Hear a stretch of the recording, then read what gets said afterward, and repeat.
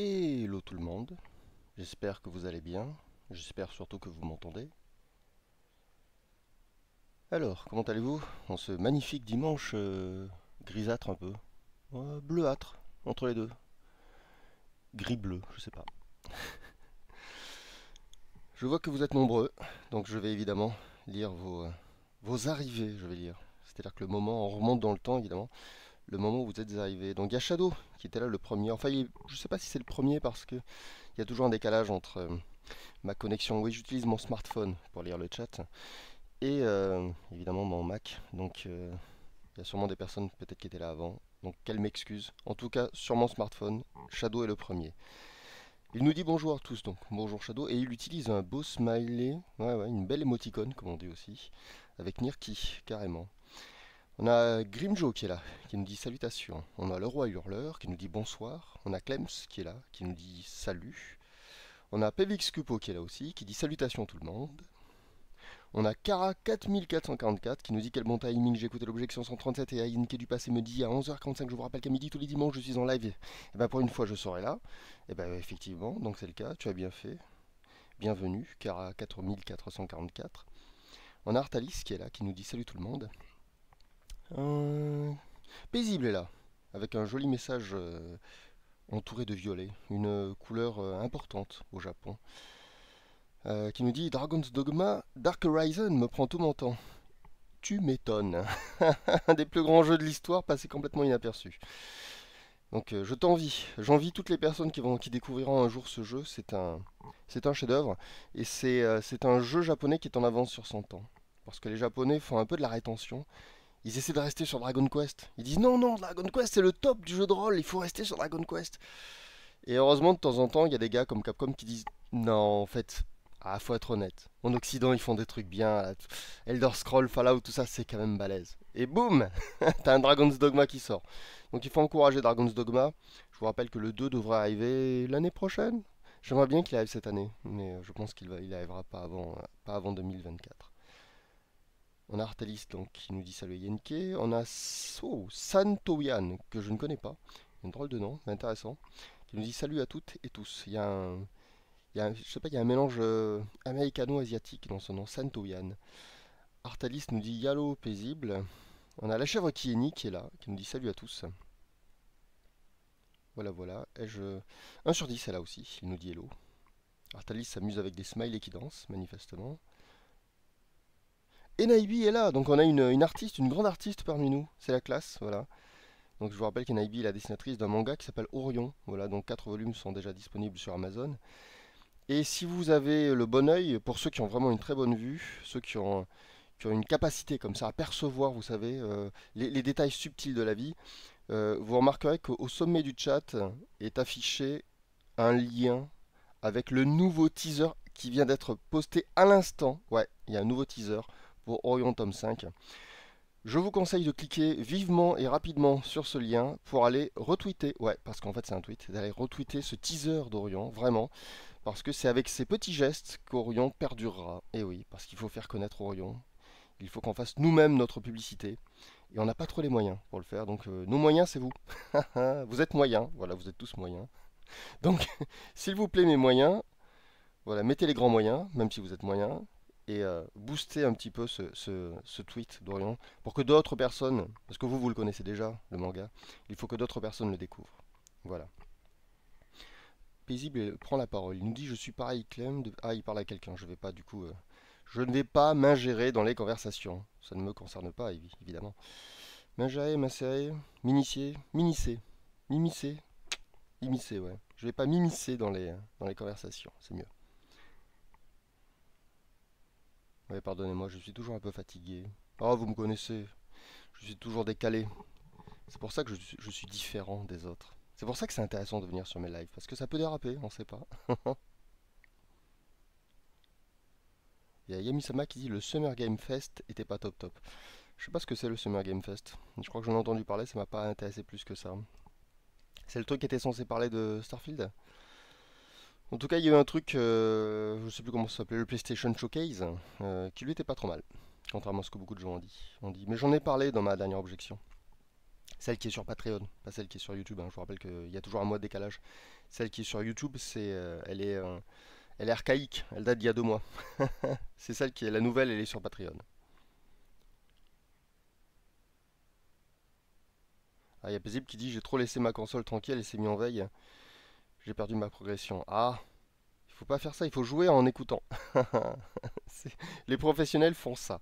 Ils jouent en écoutant.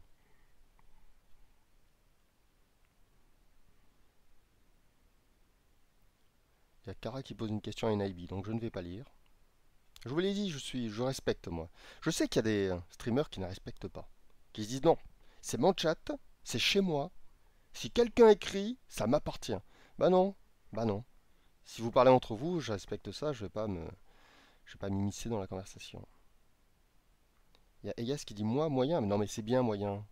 Moyen, ça ressemble à doyen. Tu sais ce que c'est un doyen? C'est un vieux monsieur qui règne sur les autres, tu vois. Donc moyen, doyen, c'est la classe quoi. Bon, donc arrête de te plaindre. C'est comme si je t'avais traité de doyen, tu vois. Bon. Ou de troyen aussi. Enfin voilà, si tu aimes la guerre de Troie, tout ça. Je t'ai traité de troyen, c'est la classe. J'aurais pu te traiter de. Mais non, je t'ai traité de troyen, voilà, les dieux, tout ça. C'est la classe moyen. Tu vois bien que. Non, je sais pas d'expliquer, je sais pas de tirer. Non, c'est pas tirer par les choses, je sais pas de m'en sortir. Mais moi je dis moyen, doyen, troyen, c'est stylé, c'est stylé. Voilà. Donc je te dis, ta moyenitude. Voilà. Alors, Clems nous dit, disons, j'arrête mes conneries. Ils ont présenté FF9 Remake au Summer Game Fest. C'est pas celui que j'aurais remaké, moi, mais bon, pourquoi pas. Mais c'est pas. Après, c'est un bon épisode, c'est un très bon épisode, ça faut admettre. Après, Final Fantasy, enfin, jusqu'au 9, il n'y a pas de mauvais épisode, hein. Avec le 10, ça commence. Désolé hein, pour les fans du 10, mais avec le 10, ça commence. Avec le 13 et avec le 15, on a la trilogie, moi je trouve des Final Fantasy faibles, le 10, le 13 et le 15. Mais le reste est plutôt bon en général. Le 12 est bien, les MMO ils sont cool. Et le 16 s'annonce bon. Ouais, ouais, je me permets. Le 16 s'annonce très bon. Donc j'ai l'impression qu'on a la trilogie faible de Final Fantasy. Je dis faible, hein, c'est pas des mauvais jeux. C'est des faibles Final Fantasy, mais c'est des bons jeux. C'est des bons JRPG, attention, ils sont magnifiques. Mais pour moi, c'est la trilogie faible de Final Fantasy. C'est le 10, le... le 10, le 13 et le 15. Voilà. Pourquoi? Parce qu'il y a un dessinateur à qui on a donné beaucoup de pouvoir. Et parfois c'est bien de donner du pouvoir à des dessinateurs. Parfois c'est pas bien. Et sur Final Fantasy, ça n'a pas été une bonne idée. En revanche, sur Street Fighter 2, on a donné beaucoup de pouvoir à un animateur-dessinateur, Suda, et enfin Akiman on l'appelle. C'est Akira Suda. Et Akiman, bah, ça a été sans lui, Street Fighter 2 n'aurait pas été aussi bon. Pour moi, c'est lui qui a. C'est là peut-être un des personnes. Pour moi, hein, c'est un des artistes les plus importants de Street Fighter 2. Akiman. Ah, il y a Artalis qui me dit à part FF16 et 2 exclus, c'était pas terrible. C'était quoi les 2 exclus? Ah, Yas dit Troyen, ça va. Bah tu vois, il y a toujours moyen de s'arranger. Yamisama nous dit je suis plus sceptique pour le 16. C'est un genre de sous Devil May Cry. Je le vois pas comme ça. Pour moi, c'est plutôt un. Moi, je le vois comme un Final Fantasy 12 sous amphétamine. Donc je suis plutôt partant. Voilà. Et puis ensuite, on est revenu à quelque chose d'Heroic Fantasy, de plus solide. On a arrêté les mecs en short qui font du rugby, pardon, et les mecs qui font du western dans la cambrousse avec des voitures. Enfin, voilà. Là, tu sais qu'il y avait un souci. Là, tu sais que les mecs, non mais là, il faut aller consulter. Voilà. Non mais je le dis, hein, là, il fallait aller consulter. C'était n'importe quoi. Il y a quelqu'un qui s'est dit, je vais créer un genre. Je vais mélanger des mecs habillés en cow-boy dans une voiture, ça va être un nouveau genre. Il y a un mec qui s'est dit ça. Je vous l'assure, hein, ça c'est évident. Et non, non, faut lui dire, tu vas te calmer. Déjà, fais un bon jeu. Déjà, ça sera bien. Ouais, Tacos dit c'est le mélange des genres. Le truc, c'est qu'un mélange, c'est quand tu vois plus les genres. Tu vois, tu les mélanges les genres et ça fait un nouveau genre. Final Fantasy X, Final Fantasy XIII et Final Fantasy XV, le mec il a pas assez mélangé en fait. Parce que ça fait une espèce de d'amalgame de genres. Et il a dit regardez, j'ai mélangé les genres. Et il fallait lui dire mais non, il faut continuer de mélanger. Grand malin. C'est comme une vinaigrette, il faut qu'il y ait une émulsion, tu comprends? Alors, Quand il y a une émulsion, après ta vinaigrette elle est bonne, elle est épaisse, là ça marche. Si tu fais pas ça, bah, c'est n'importe quoi. Ça fait un amalgame de genres et tout est mélangé. Et on voit bien qu'il y a des petits bouts de ci, des petits bouts de ça. Le mec il a un Stetson sur la tête, mais il conduit une voiture. Mais qu'est-ce que tu me fais? Faut se calmer. Voilà, donc moi je dis il y a un moment, faut quand même respecter les termes. Et les termes c'est mélanger. Et mélanger, ça signifie qu'à la fin on a une substance unifiée. Vous comprenez? Et c'est pas le cas sur Final Fantasy X où c'est n'importe quoi. Et c'est pas le cas sur le 13 et c'est pas le cas sur le 15. Voilà. Là le 16, j'ai rien à dire. Voilà, le 16 c'est unifié. Du coup, on a quelque chose d'Heroic Fantasy. Il n'y a rien d'absurde quoi. On n'a pas, je sais pas, on n'a pas un mec en armure en train de faire du, je sais pas, sur un yacht quoi. Ça c'est n'importe quoi. Et Yamisama en plus, il y a du gros boys band, ouais, carrément même de la bromance. C'est l'épisode yaoi. Non, je plaisante. Mais c'est un peu ça. C'est vrai qu'il y a le mot yaoi aujourd'hui au Japon. C'est un mot qui signifie des choses pas très cool. Dans les années 80, yaoi c'était juste un genre. C'était le manga pour les. Beaucoup de filles l'achetaient, donc voilà. C'était le manga pour les filles qui voulaient pas s'embêter avec les histoires et qui voulaient juste voir des mecs s'asseoir sur les genoux l'un de l'autre. On va le dire comme ça. C'était un peu le hentai. Ça a été un peu le hentai des filles, le yaoi. Voilà. Mais pas que des filles, hein. Attention, hein. N'oubliez pas qu'il y a des messieurs-dames aussi. Monsieur-dame, en un seul mot. Des messieurs-dames. Donc là, ça devient compliqué, mais c'est pour tout le monde, on va dire. Voilà. Artalis dit c'est la folie japonaise. Non, non, non, non, non. C'est un genre comme les autres, il y a pire que ça. Il y a des trucs, ça va très très loin. Voilà. Posez-moi des questions tant que vous y êtes. Bah ouais, c'est le but. Je vous rappelle que c'est vous les stars. Tous les dimanches, je vais vous le rappeler. Tous les dimanches, je dois vous le rappeler. Vous êtes les stars. Il y a l'Eyes of P qui est intéressant, nous dit Yamisama. Alors moi, il me donne pas du tout envie. Voilà. Et ouais, comme toujours. Toujours à rebrousse-poil. Jamais comme les autres. Oui, l'Eyes of P a l'air d'un jeu sympathique. Moi, la DA me fait déjà pleurer des yeux. Le mec, il affronte des espèces de grosses maquettes, là, toutes moches. Je suis plus partant pour... Il y a un jeu qui arrive en fin d'année, si quelqu'un se souvient. Il y a un jeu sur Steam qui est une espèce de Dark Souls. Je suis beaucoup plus attiré par ça. Il a une belle DA. Si quelqu'un a le feeling, si quelqu'un le sait, je crois qu'il arrive en octobre, septembre, octobre ou novembre sur Steam. Et c'est carrément un Dark Souls. C'est un Souls. Blight Survival, non. Blight Survival, je l'attends aussi. Mais je crois qu'il arrivera beaucoup plus tard, lui. À mon avis, on l'aura pas avant un an ou deux, hein. C'est Lord of the Fallen. Merci, Yas. Voilà, donc Static Shock, c'est pas mal. Blight of the Survival, c'est pas mal. Parce qu'effectivement, il arrive dans un an ou deux, mais effectivement, celui-ci, je l'attends beaucoup. Mais lui, on dirait un mélange de Resident Evil 4 et de Dark Souls.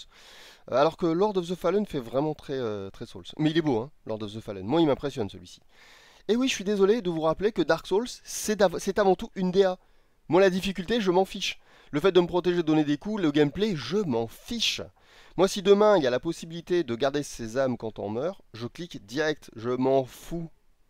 Ce qui m'intéresse, c'est l'univers, c'est l'ambiance. Moi, quand je joue à Dark Souls, je suis impressionné par les mondes de Dark Souls, par l'univers, par les lieux, par la construction par comment on dit, le art leveling, excusez-moi, j'ai un oubli, par la construction des niveaux. C'est ça qui m'épate. Et quand je vois Pinocchio, pardon, j'ai pas envie. J'ai l'impression de voir un jeu tout plat, quoi. Ça m'intéresse pas. Je suis sûr que le jeu est bien, hein. C'est pas ça, la question est pas là, hein. Je suis sûr que c'est un bon jeu, mais j'ai pas envie. Enfin, moi, je joue pas pour ça. Je joue pas pour le jeu, moi. Moi, je joue pour l'univers. Et voilà. Lord of the Fallen. Ok. Allez voir, allez voir il y a il y a des bandes annonces. Il y a deux bandes annonces. Lord of the Fallen. Bon, à part qu'ils mettent de la guitare sur la bande annonce, ça m'a fait un peu rire, mais bon, pourquoi pas. Voilà, à un moment, il y a de la guitare électrique sur un des personnages. Ça, c'est très. Je sais pas, c'est un peu décalé, mais qu'importe. Mais en tout cas, c'est beau. Lord of the Fallen, c'est très très beau. Donc ouais, là, celui-ci, je suis intéressé. Il y a Ogrimjo qui nous dit j'ai testé la Eyes of P et notre personnage est anormalement lourd et manque d'agilité au vu du gabarit de l'arme. Alors il y a un autre problème très très grave, moi je trouve, hein, sur l'Eyes of P, c'est les hitbox. Les hitbox, elles sont à la ramasse. Voilà. Mais bon, je vais pas parler de l'Eyes of P, qui est qui est un jeu sans plus, mais manifestement j'ai l'impression que les développeurs ont mis de l'argent sur les bots. Il y a beaucoup de gens qui en disent beaucoup de bien, tout comme ça a été le cas avec Street Fighter 6, tout comme ça a été le cas avec Diablo 4. C'est courant. Sur Twitter maintenant, dès qu'il y a un jeu sort, il y a une vague de gens qui disent waouh, c'est génial. Mais en fait, si vous le testez, vous faites non, pas tant que ça. Mais voilà. Level design, merci Naibi. C'est exactement le mot que je cherchais. Bon, je sais plus, j'ai dit level art, art level, level art design, je sais plus. Mais c'est ça, level design. Le level design de Dark Souls, il est imprenable. Il est magnifique. Non, mais voilà, Dark Souls, c'est du visuel. Enfin, on va pas se mentir. Dark Souls, c'est un jeu magnifique. C'est une ambiance, c'est des musiques, c'est un monde en fait, Dark Souls. C'est un autre monde. Et on est dans cet autre monde. Et c'est ça qui est beau. Le reste est secondaire. Je dis pas après, hein, le jeu est bien fichu, évidemment. Hein. Dark Souls, le gameplay est tip top. La difficulté, moi, je trouve, est plutôt bien dosée, Dark Souls. Suffisamment pour être effrayante, mais pas non plus trop frustrante. Donc, je pense, il y a un jeu, par exemple, où elle est pas très bien dosée, c'est Nioh. Moi, j'aime beaucoup Nioh, mais Nioh, la difficulté, elle est abusée. C'est too much. C'est too much. Ça en rend le jeu, c'est un jeu de maso, hein, Nioh. Voilà. Et pourtant, je l'ai fini 2 fois. Enfin, je l'ai terminé, je l'ai bouclé. Mais la difficulté est absurde. Absurde. La plupart des niveaux, je les ai finis parce qu'il y a un gars qui est venu m'aider. Hein. Voilà. C'est un jeu seul, souvent j'avais peur, je voulais pas avancer. J'avais peur de tout perdre. Et souvent, j'invoquais un gars qui venait m'aider, et à deux, on faisait le taf. Si vous jouez à Nioh, Nioh, c'est un bon jeu si vous voulez vraiment un jeu désespéré. C'est-à-dire que si vous voulez un jeu d'une difficulté absurde, même le gameplay est un peu absurde.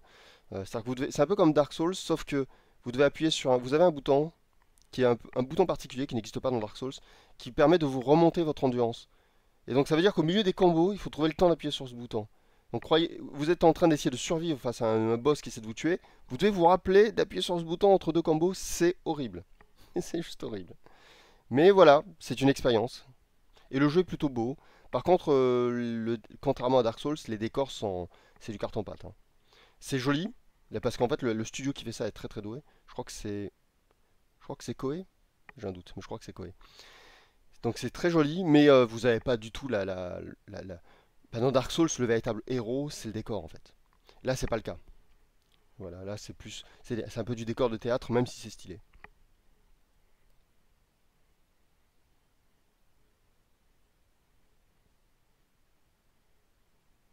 Il y a Ogren Joe qui dit chacun trouve ce qu'il aime, principalement dans Dark Souls. Moi, j'adore le gameplay du 2.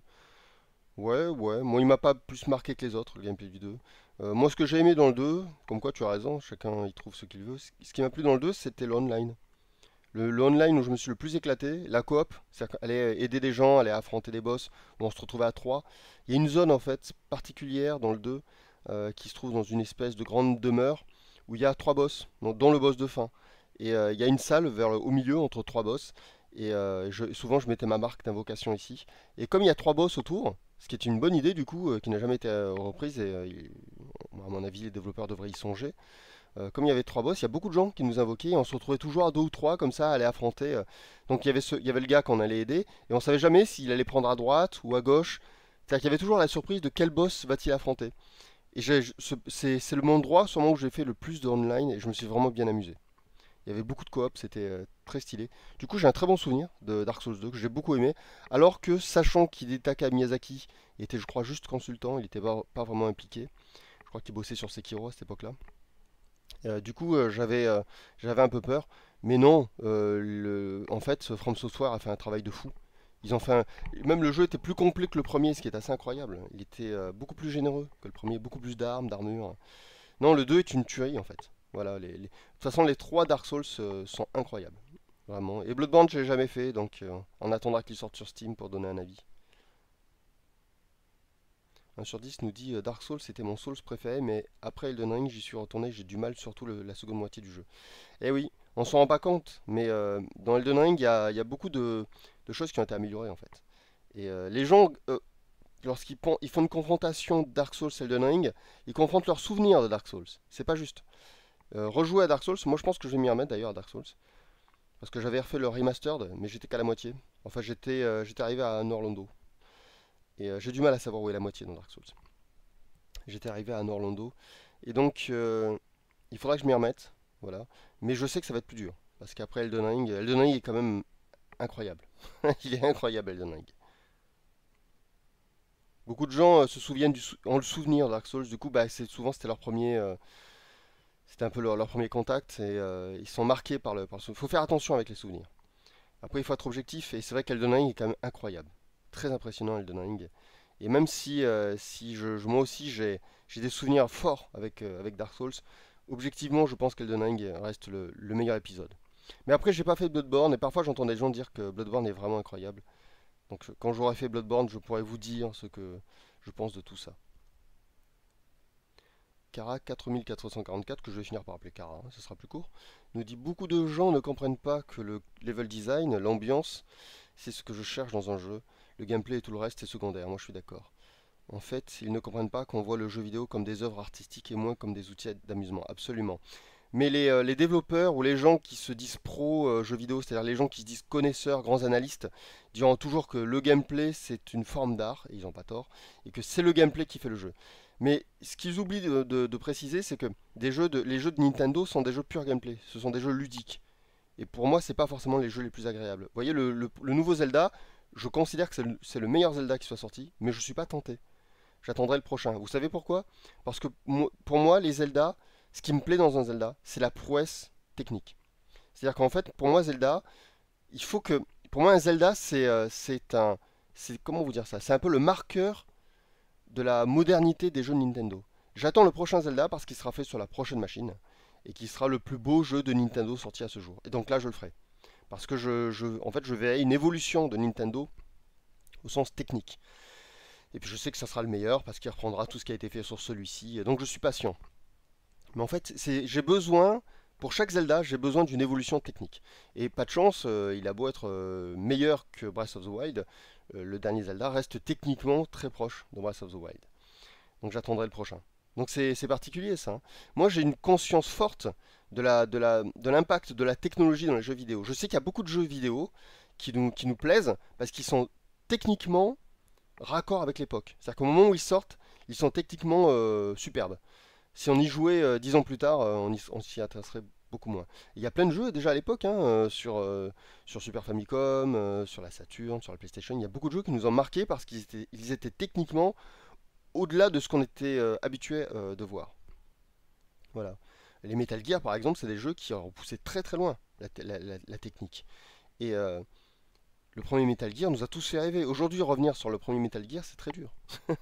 Il est tout pixelisé, c'est des aplats de textures sur des visages. Mais le jeu, à l'époque où il est sorti, c'était incroyable. Il y avait un traitement de la 3D tel qu'on ne l'avait jamais vu. Et ça, c'est important. Et bien, la direction artistique, c'est la même chose. Les directions artistiques, ça donne une âme à un jeu. Et en fait, c'est bizarre ce que je vais vous dire, mais le gameplay, c'est hyper important, mais c'est pas le plus important. Pour moi, d'abord, c'est les musiques, la direction artistique. D'abord, pour moi, c'est le sensoriel. Si le sensoriel est réussi, même si le gameplay est tout pété, le jeu a quelque chose. Et je vais vous dire un truc, même avec un gameplay tout pété, vous pouvez trouver une façon de jouer. C'est-à-dire que le joueur peut s'adapter au gameplay, il peut même s'inventer un gameplay. Jouer à l'envers, jouer avec une guitare, jouer je sais pas, en sautant tout le temps, jouer en faisant des roulades. Vous voyez, et les gens le font ça, ce qui signifie que on peut plier le gameplay. Mais si vous avez raté l'ambiance, si vous avez raté le level design, votre jeu il donnera pas envie quoi. Donc je dirais que c'est moitié-moitié. Il faut un jeu qui a une démarche, une vraie démarche artistique plaisante, ou technique même, hein, c'est-à-dire qu'il pousse le bouchon un peu plus loin. Et en même temps, il faut qu'il soit agréable à jouer. En fait, le problème, c'est pas le gameplay, c'est le mauvais gameplay. Voilà. C'est-à-dire que les mauvais gameplays, ça c'est problématique. Mais à partir du moment où un gameplay fait juste ce qu'il faut, même s'il n'est pas inventif, vous voyez, s'il permet juste de se déplacer avec plaisir, et s'il est pensé intelligemment, ça suffit. Il n'y a pas besoin d'avoir une innovation dans le gameplay. Alors que la technique a besoin d'innovation. Le jeu doit innover techniquement. Il doit avoir, je sais pas, plus de reflets de lumière, plus d'environnement. On doit avoir la possibilité de voir plus loin. Et ça, c'est ce qui donne envie de jouer au nouveau jeu. Bah, par exemple, un jeu comme Street Fighter que vous voyez là à l'écran, c'est un jeu qui me donne pas envie. Voilà. C'est un jeu, j'y jouerai quand il y aura plus de personnages. J'y jouerai plus tard. Quand il y aura j'attendrai une version définitive avec plein de personnages. Voilà. Et ça sera plus agréable pour moi. Mais là, il me donne pas envie. Là, c'est vraiment. Je trouve déjà que c'est un peu un jeu de niche. Alors c'est bien qu'ils aient implémenté cette espèce de hub en carton, on va le dire comme ça, hein, parce que c'est ça, hein, en carton-pâte. Parce que du coup, il y a une volonté d'aller un petit peu vers le grand public. C'est bien aussi qu'ils aient permis de se passer des manipulations pour sortir les coups, même s'il y a un malus de 10% 10% de dégâts en moins. C'est bien, voilà. Capcom fait un pas vers le grand public. Et il faut qu'ils sortent de la niche, Capcom. Cette niche de joueurs de versus fighting fait beaucoup de tort à Capcom. J'espère qu'un jour on aura un Street Fighter un petit peu comme le 2, alors c'est impossible évidemment, mais j'espère qu'on aura un jour un Street Fighter qui plaira à tout le monde. J'espère qu'on reviendra en fait aux racines de Street Fighter. C'est-à-dire un jeu qui n'était pas élitiste, qui n'était pas fait pour la compétition et pour l'e-sport. J'espère. Yamisoma nous dit ouais, par contre, Sandland, j'ai pas compris son regain d'intérêt. C'est pas très populaire du coup, c'est étrange commercialement parlant. Moi j'ai l'impression que aime beaucoup Sandland et je pense que Toriyama a fait en sorte qu'un studio en fasse un film. Et du coup, comme c'est Toriyama et qu'il y a un peu de pub, bah, les gens en parlent. Voilà. Mais oui, Sandland, voilà, j'en attends pas grand chose, mais je veux le voir quand même, je veux le voir parce que j'aime bien Toriyama.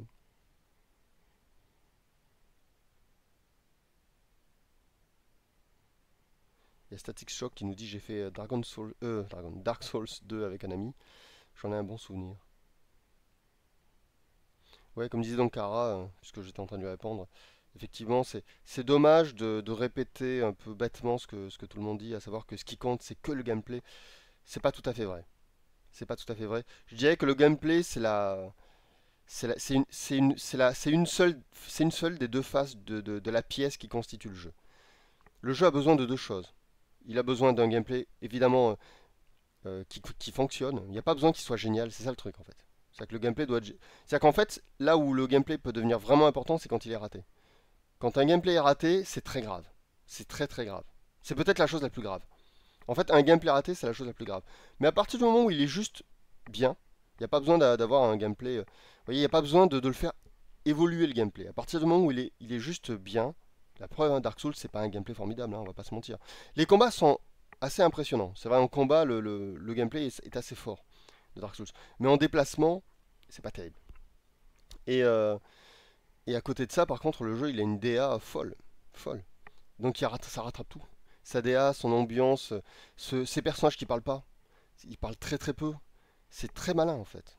C'est vraiment. On sent que c'est quelqu'un d'intelligent qui est derrière le jeu en fait. Parce qu'il y a beaucoup d'erreurs qui sont faites. Dans beaucoup de jeux, les personnages sont beaucoup trop omniprésents. On les voit beaucoup trop. On sent qu'on va en faire des personnages qui vont plaire aux joueurs, qui vont rester. On veut que le joueur se souvienne des personnages, mais c'est une mauvaise façon de faire. Un personnage qui parle pas est beaucoup plus énigmatique et plus intéressant qu'un personnage qui blablate trop et qui a un demi-sourire narquois en coin. Ça, c'est la classique. Il y a Bézil qui dit j'ai Dark Souls Remaster sur Switch, mais j'y ai pas encore touché. Je sais pas ce qu'il vaut, mais j'avais entendu des bons retours. Je crois qu'il est pas en 60 FPS, il doit être en 30 FPS. Mais je crois qu'il est même au-dessus de 30 FPS quand même.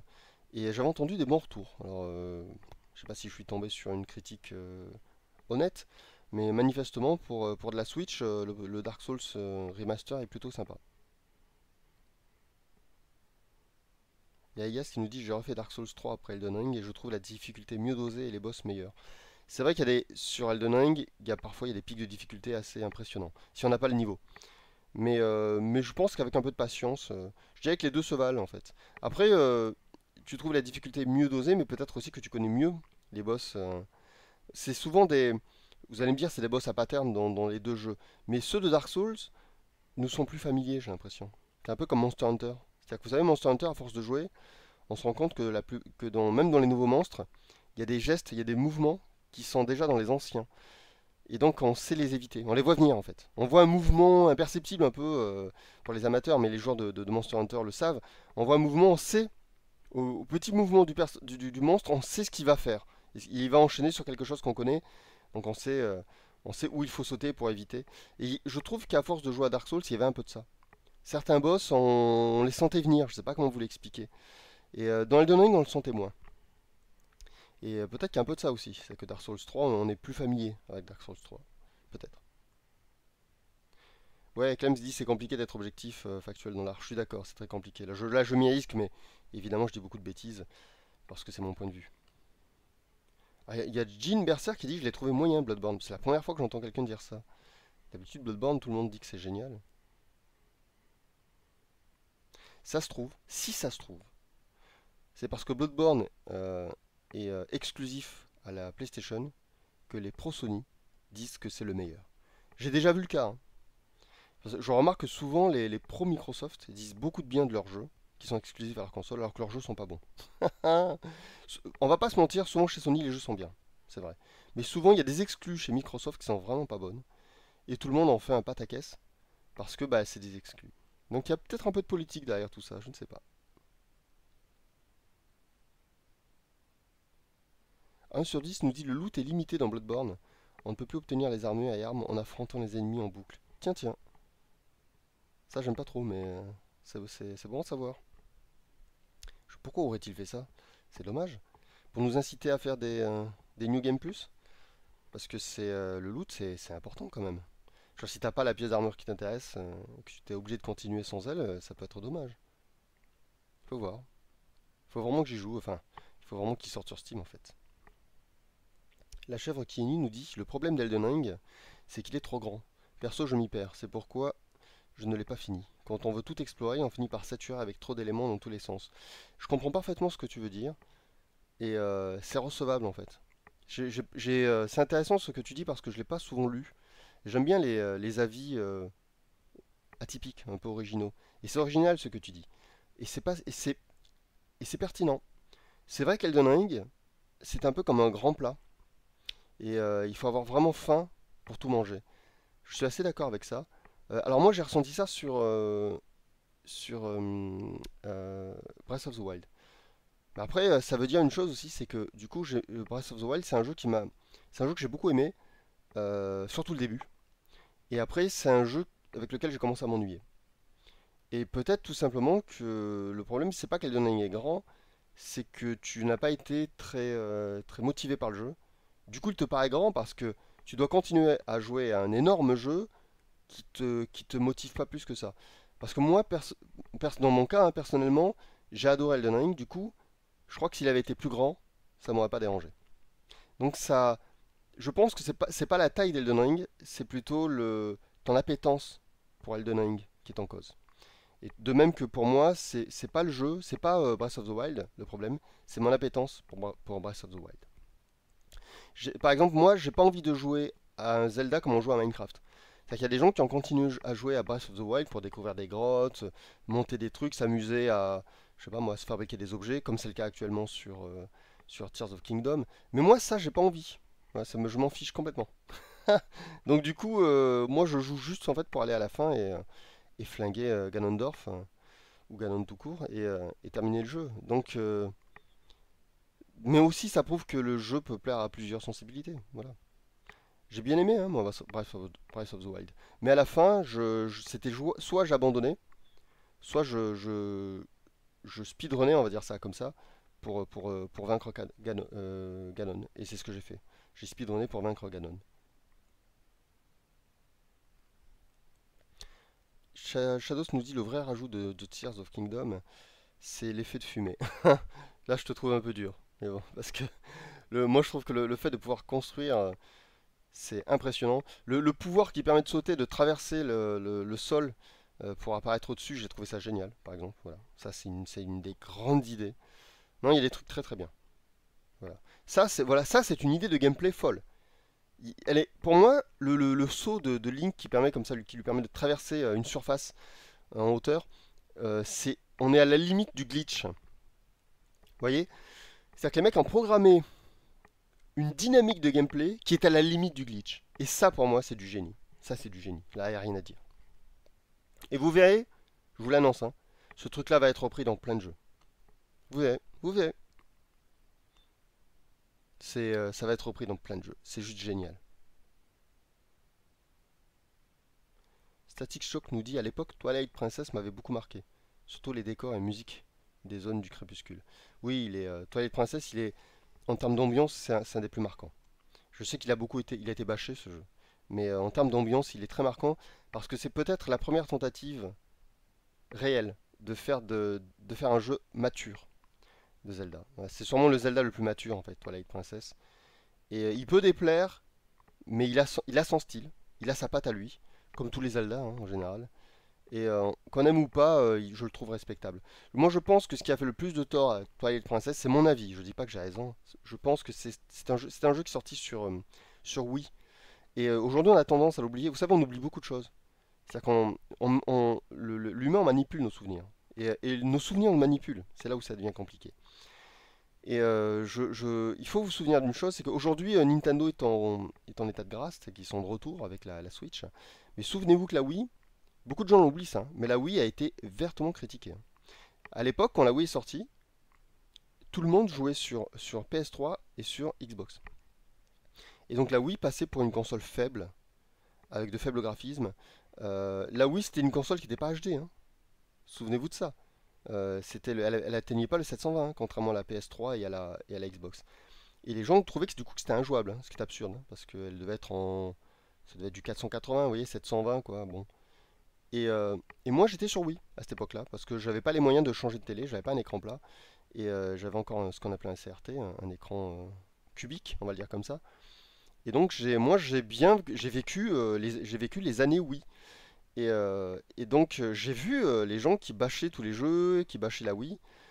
Et quand Twilight Princess est arrivé, du coup, je pense qu'il y a beaucoup de fans de Zelda qui, pour pas s'acheter une Wii, c'est mon avis, hein, parce qu'ils avaient déjà une PS3 ou une Xbox, ils ont vu que le mauvais côté du jeu.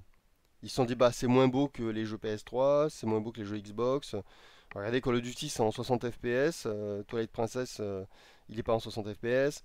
Voilà, il y a eu beaucoup de critiques comme ça, alors qu'en fait, non, il est bien. Et d'ailleurs, c'est marrant parce que maintenant, en tout cas sur les réseaux sociaux, il est un peu réhabilité.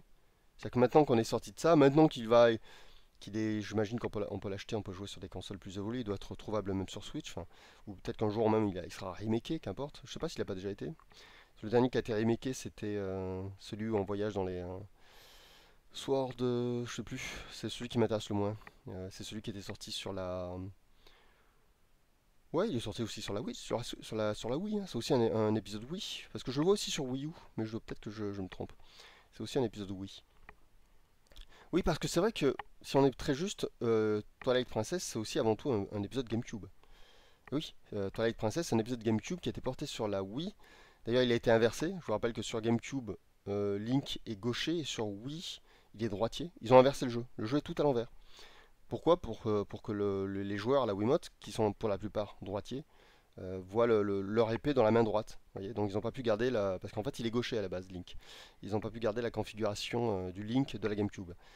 Mais oui, c'est ça aussi, c'est que la GameCube, c'est une console qui s'est pas vendue. C'est-à-dire que le début de la chute de Nintendo, après la 64, c'est la GameCube.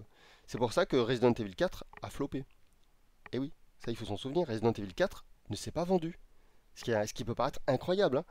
C'est qu'en fait, il était exclusif à la GameCube et il s'est pas vendu. Et à partir du moment où ils l'ont porté c'était sur la PS3, non, c'était sur la PS2 à l'époque, Resident Evil 4, le jeu a explosé. Mais ouais, la GameCube, ça a été une console maudite. Et la Wii a fait perdurer la malédiction. Et la Wii U aussi. En fait, on a une trilogie de consoles Nintendo qui ne se sont pas vendues. C'était des consoles qui ne se sont vendues qu'auprès des gros hardcore fans de Nintendo. La GameCube, la Wii et la Wii U. Voilà. On a eu trois consoles. Et la Switch a permis à Nintendo de revenir sur le devant de la scène et de toucher le grand public. Voilà. Vous vous rappelez, je vous le disais il y a des années, bien avant la sortie de la Switch, je vous disais que pour que Nintendo sorte de ce marasme, il fallait qu'il fasse une console portable de salon. Vous pouvez aller écouter mes vieilles objections, hein, je vous avais expliqué ça. Et je vous avais dit que c'était très simple, en fait, c'était très logique. Je vous avais dit que les consoles portables de Nintendo, c'était les seules consoles de Nintendo qui avaient toujours du succès. C'est-à-dire que Nintendo ne s'est jamais raté avec ses consoles portables, que ce soit la Game Boy Advance, la DS, la 3DS. Elles avaient toujours du succès, contrairement aux consoles de salon. Donc la GameCube, la Wii et la Wii U. Et j'avais dit, le seul moyen pour eux de renouer avec le succès, c'est de prendre le public qui les suit sur portable, qui lui est indéfectible. Eux, le public des consoles de portable préfère toujours les consoles de Nintendo. D'ailleurs, Sony en a fait les frais, même avec des consoles de qualité comme la PSP et celles qui ont suivi, Sony n'a jamais réussi à vaincre Nintendo. Et donc, je disais, bah, c'est très simple. Il suffit que Nintendo fasse une console de salon qui attire les joueurs de la 3DS, de la DS. Et du coup, ils récupéreront le public. Et c'est ce qu'ils ont fait avec la Switch. Voilà. Et ça a marché. Ah, je vois que vous écrivez beaucoup.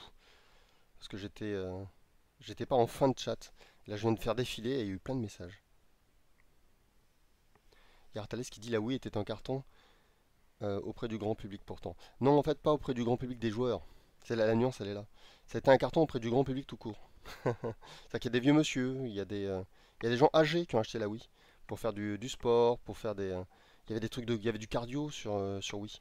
Et en fait, c'est la console qui a touché le grand public, mais pas le grand public du jeu vidéo. Et ouais. Le grand public du jeu vidéo, il était sur PS3 à ce moment-là et sur Xbox. Il jouait à Call of Duty à ce moment-là. C'était le jeu auquel tout le monde jouait, c'était Call of Duty. C'était le jeu qui se vendait le plus. Je crois que c'est le jeu qui a unissé le plus de monde sur les serveurs, etc. Et là, oui, la pauvre, elle peinait.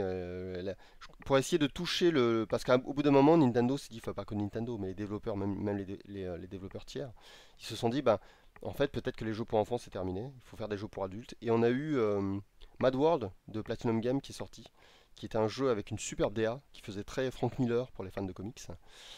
Et avec ça, ils ont commencé à vendre un peu plus, mais pas suffisamment. Et en fait, c'était. Et puis ils ont sorti les Call of Duty aussi sur Wii. Voilà, mais bon. À côté, en face, il y avait des Call of Duty en 60 FPS. Évidemment, la pauvre Wii, elle faisait ce qu'elle pouvait. Mais oui, la Wii a touché le grand public tout court, ouais. Mais elle a jamais réussi à avoir le grand public du jeu vidéo. C'est une console que les gens achetaient, mais ils jouaient pas dessus en fait. Donc elle s'est beaucoup vendue, mais les jeux ne se sont pas vendus tant que ça. Il a fallu attendre la fin de la Wii U, la fin de la Wii, pardon. Il y a eu 3 jeux qui sont sortis avec, dans le temps, était réalisé par Hironobu Sakaguchi. Il y avait un Xenoblade, il y avait donc le jeu de Sakaguchi, et un jeu qui s'appelle Tower quelque chose. Et ça a été 3 jeux qui, du coup, eux se sont beaucoup vendus. Voilà. Ça a été les trois, on va dire, je sais pas comment dire ça, la trilogie star, en fait, de la Wii. The Last Story, merci Shadow. Tout à fait. Lost Tower, merci Artalis. Voilà, c'était les 3. Ces 3-là se sont pas mal vendus. Mais bon, il y a eu pas mal d'années de développement. Il y a des grands noms comme Hironobu Sakaguchi. Xenoblade, c'était une grosse licence. Mais ils sont arrivés un peu tard en fait. C'était fini pour la Wii. Il y a un sur 10 qui dit en 2008, il y avait peu de monde sur PS3 avant les années 2010. C'est normal, elle coûtait très cher. Tout le monde a acheté la Xbox parce que Sony a fait une grave erreur. Ils ont vendu leur console beaucoup trop cher. Et puis après, ils ont baissé les prix et tout le monde s'est jeté dessus. Je crois qu'il n'y a qu'aux États-Unis que la PS3 n'a pas régné. Aux États-Unis, c'est la Xbox qui se vendait le plus. Mais partout dans le monde, c'est la PS3. En Europe et au Japon, la PS3, surtout au Japon, la PS3 était leader de loin.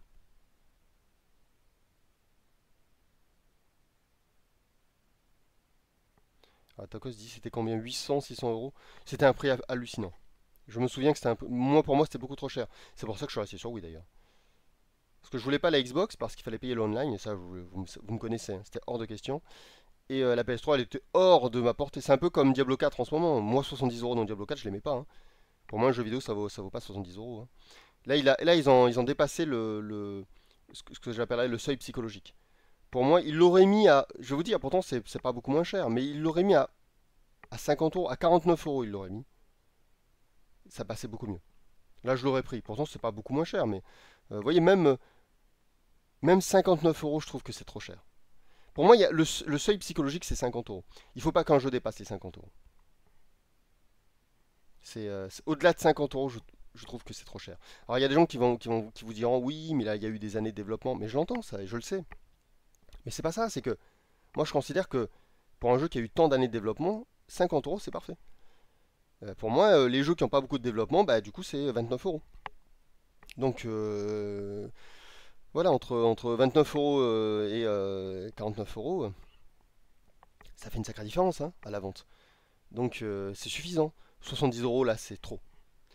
Ça me fait penser à l'époque où Street Fighter 2, autour des années 92, quand Street Fighter 2 explosait, il y a un Américain qui avait décidé de doubler le prix de la partie sur la bande d'arcade. Heureusement, il s'est fait vertement réprimander, mais ça, c'est le capitalisme. Les mecs, il faut qu'ils augmentent tout le temps. Alors que Street Fighter 2 rapportait énormément d'argent. C'est-à-dire que toutes les personnes qui distribuaient le jeu, même les gens de salle, parce il y avait un peu de ruissellement, on va le dire comme ça, beaucoup de gens sont devenus riches grâce à Street Fighter 2 aux États-Unis.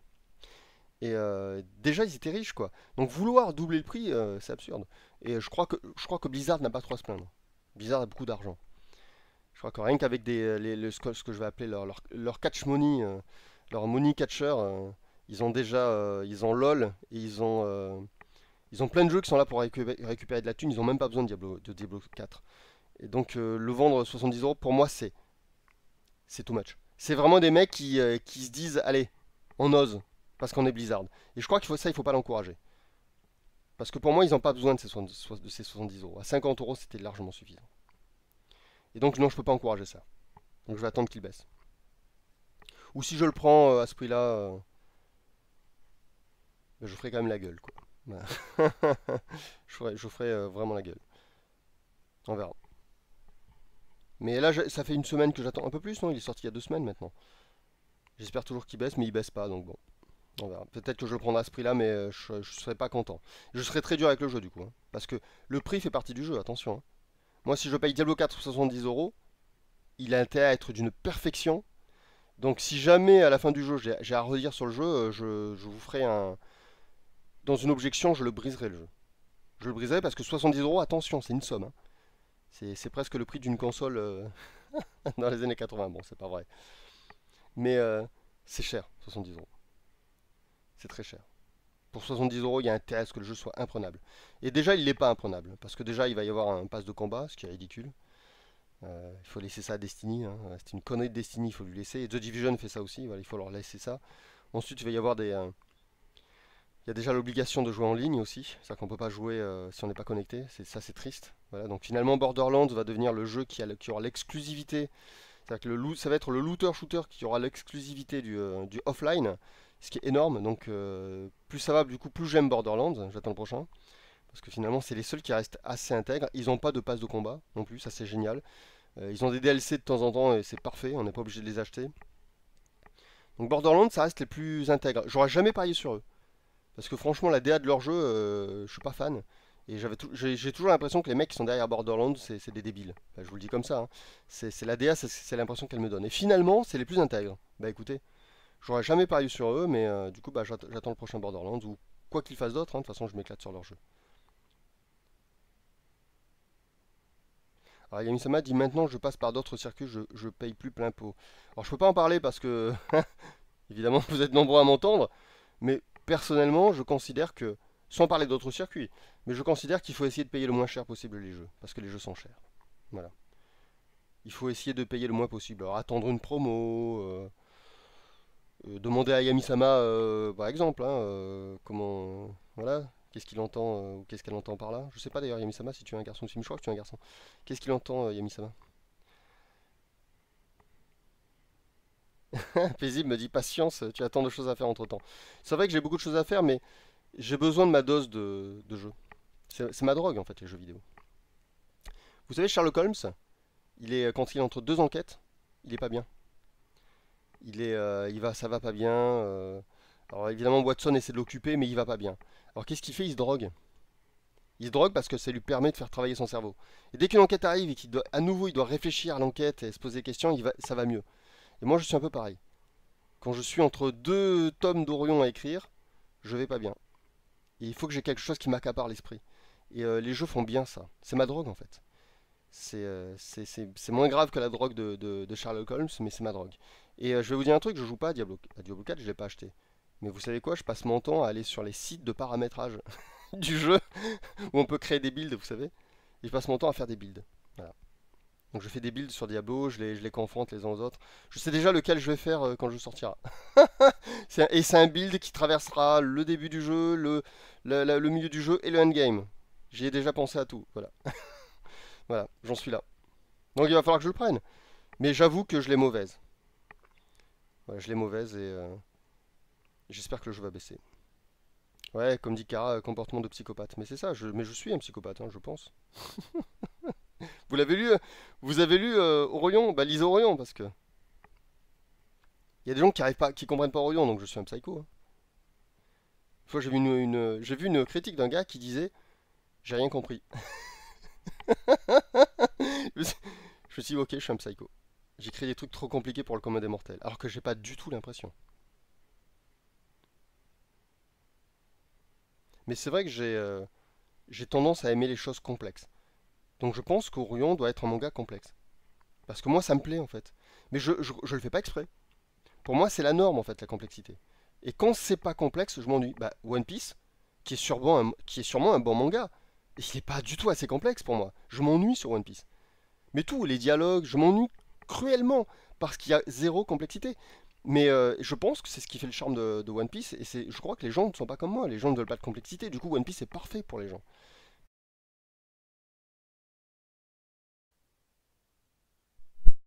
Alors, je suis de retour. Est-ce que vous m'entendez? Je pense que oui. Euh, j'ai l'impression que c'est mon logiciel qui a bugué. Ouais. Oui, parce que l'écran s'est figé et c'était pas le cas du jeu. Donc je pense que mon logiciel a eu un problème. C'est OBS. Donc c'est bizarre, très étrange, à enquêter. J'espère que c'est pas mon PC, c'est qu'il commence à vieillir mon PC. Vous savez, j'ai jamais changé la pâte thermique sur ma carte graphique, mais j'ai jamais eu de problème pour l'instant. Il faut dire que je n'utilise pas mon PC à fond, il n'est pas overclocké. Et je suis en 60 fps tout le temps, et mon écran est limité à 60 fps. Ce qui fait que je considère que mon PC, en gros, il a une vitesse de croisière, on va dire, modérée. Et donc j'ai toujours peur parce que je sais que ça commence par des freezes. Mais là, c'est pas un freeze que j'ai eu, c'est le logiciel en fait. C'est-à-dire que le jeu était immobilisé sur l'écran. D'ailleurs, c'est marrant, la caméra a un peu bougé. Du coup, excusez-moi, je retourne une seconde sur le jeu pour remettre la. Ouais, je suis pointu. J'aimais bien qu'on voit l'espèce je sais pas comment on appelle ça. Ah, c'est marrant parce que sur le chat, il me dit que la diffusion est terminée. Alors, comment ça se fait? Donc, vous ne devez pas avoir l'écran. Si pourtant vous l'avez. Ok, alors ça, c'est peut-être le smartphone. Voilà, je reviens juste. Je fais ça. Voilà. Est-ce que vous voyez l'écran, vous? Qu'est-ce que vous voyez? Vous avez le message, la diffusion que vous avez visionnée est terminée? Parce que je pense que vous l'avez pas, vous. À mon avis, c'est que sur mon smartphone. Ah, il faut lancer le chat sur mon téléphone. Comment je fais ça? Attendez, je regarde. Comment on relance le chat? Si je sors que je reviens, peut-être, tout simplement. Ouais, c'est ça. Ah, mais du coup, ça a effacé vos messages. Horrible. Allez-y, écrivez pour voir, parce que là, du coup, je me retrouve face à un écran noir. Je sais pas si vous êtes là. Ouais, ça y est, vous êtes là.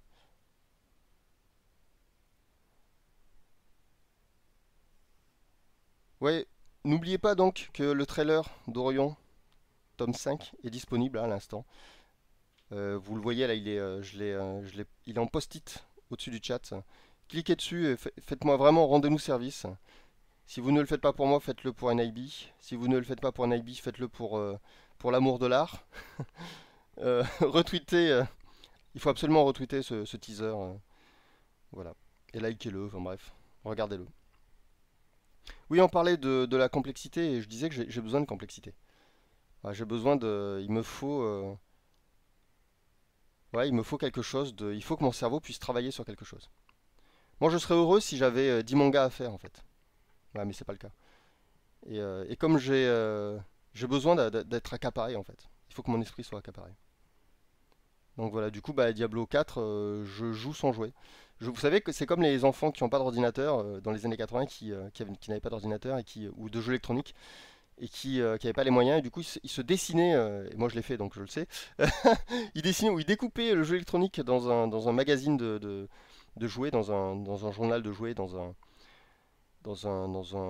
fascicule. On avait des fascicules comme ça à Noël, dans les boîtes aux lettres, je sais pas si ça existe encore, on avait des petits livrets comme ça avec des jouets qui étaient mis en avant et on pouvait découper enfin on pouvait, c'était pas fait pour hein, mais moi je découpais les jeux électroniques, je les collais sur du carton, c'est comme si j'avais le jeu électronique, vous voyez.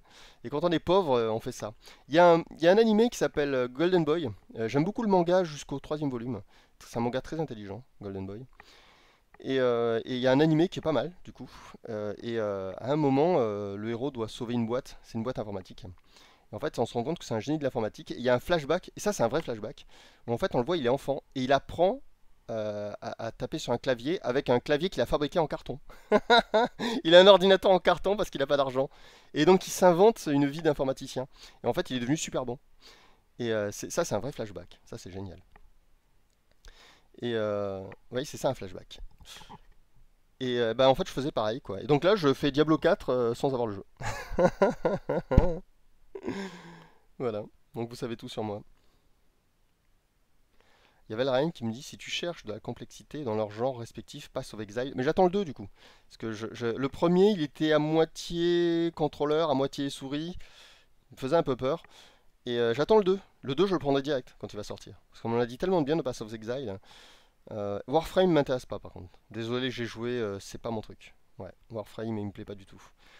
Il a un contrôle. On sent que c'est un jeu qui a été fait pour la souris et au contrôleur, il est très désagréable à jouer. Donc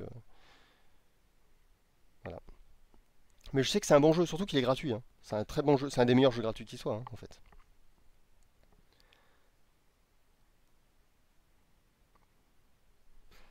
Donc ouais, je fais Diablo 4 en version stat. Je fais les stats de Diablo 4. Voilà. Je joue avec les stats de Diablo 4. Il y a Artalis qui dit je comprends pas pourquoi j'ai pas reçu la notif Orion. La notif Orion, c'est quoi la notif Orion? Parce que c'est sur Twitter, il y a pas de raison que tu reçoives une notice. Ouais, des catalogues. Voilà, c'est le mot que je cherchais. Les catalogues de jouets. C'est le mot qu'on utilisait. Il y a Chemki qui dit la suite du manga Golden Boy. Quelle horreur. Je sais pas, j'ai arrêté au troisième. J'ai senti que ça allait pas bien. J'ai senti que l'auteur, il partait. Les trois premiers étaient vraiment bien. Mais quand il a commencé à partir sur de la romance. Je sais pas, je pense que le manga marchait pas très bien. Il est intelligent. C'est Tetsuya Egawa, il me semble, son nom. Tetsuya Egawa est intelligent. Très intelligent. Il suffit de lire les petits messages qu'il mettait à chaque fois en début. Vous savez, tous les auteurs de manga nous balancent un petit mot. Et ce petit mot peut vous permettre de savoir à qui vous avez affaire. Faut pas le négliger, ce petit mot. Et Tetsuya Egawa, c'est une tête. Ouais, c'est un cerveau. Il est très intéressant. C'est quelqu'un qui aurait dû être scénariste, à mon avis. Mais en plus, il dessine bien, donc pourquoi se priver de dessiner quand on est bon scénariste et bon dessinateur. Donc oui, les trois premiers Golden Boy étaient vraiment chouettes. Très intéressants. Ce que ça racontait était très intéressant, vraiment. Je les ai toujours d'ailleurs, hein. De temps en temps, je les relis, je suis toujours épaté. Il y a Chemki qui dit l'auteur a pété un câble, le pauvre. Ah, il faut m'en dire plus. C'est-à-dire, qu'est-ce que tu veux dire par là? Parce que moi, vu que j'ai arrêté au troisième, je suis pas trop au courant. Artalis dit d'habitude, quand tu postes sur Twitter, je reçois une notification.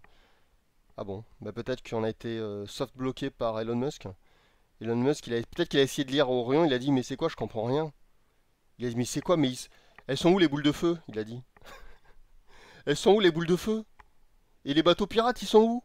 Il a dit c'est pas un manga ça. C'est pas un manga ça. Il l'a fermé, il a dit toi je te soft bloque. Et il a soft bloqué Orion. Elles sont où les boules de feu? Il s'est énervé après, il a fait non, non, il a dit je vais. S'il n'y a pas de boules de feu, moi je lis pas. Voilà, il n'y a pas de boules de feu. Les boules de feu.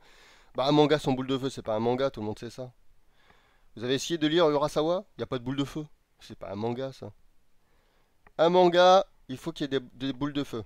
Il faut qu'il y ait des boules de feu et que dès le début, le personnage, c'est un comique, c'est un petit comique en fait. Et il fait ah excusez-moi, voilà, je suis trop nul, je suis trop nul. Et en fait il est super fort en vérité.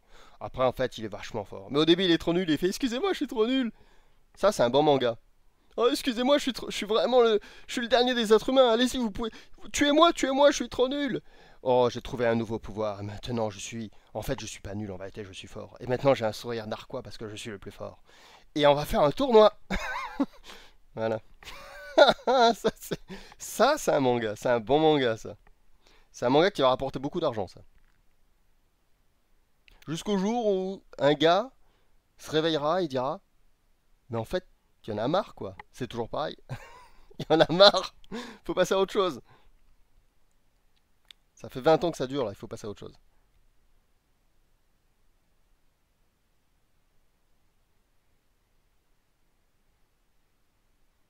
Ouais, comme dit Kara, pourquoi les personnages hurlent pas tout le temps pour rien?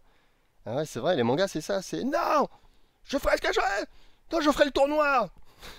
je veux participer, je deviendrai le meilleur. C'est ça les mangas, c'est on en fait trop quoi. On en fait trop, on en fait trop, parce que ça plaît aux enfants. Mais c'est vrai, hein. Et les personnages exubérants, ça plaît pas aux adolescents et aux adultes, ça plaît aux enfants. Les personnages exubérants, c'est pour les enfants. Bah, vous savez bien, un enfant, vous penchez au-dessus de son landau et vous faites gousi, gousi, gousi, gousi. Mais c'est vrai, c'est la base. Et alors après, c'est pas aussi extrême parce que les enfants sont un peu plus vieux, ils sont plus dans un landau, quoi. Ils ont 7, 8 ans, 9 ans. Mais il faut ça en fait. Il faut un personnage un peu, ce que j'appellerais un personnage gousi, gousi, quoi. Les personnages qui en font trop, qui sont toujours en train de rire. Luffy, il a la mâchoire décrochée, quoi. Il est pas humain, Luffy. Bon, heureusement qu'il est en caoutchouc, hein. Bien vu, Oda, sur ce coup-là. Mais il est tout le temps avec un sourire.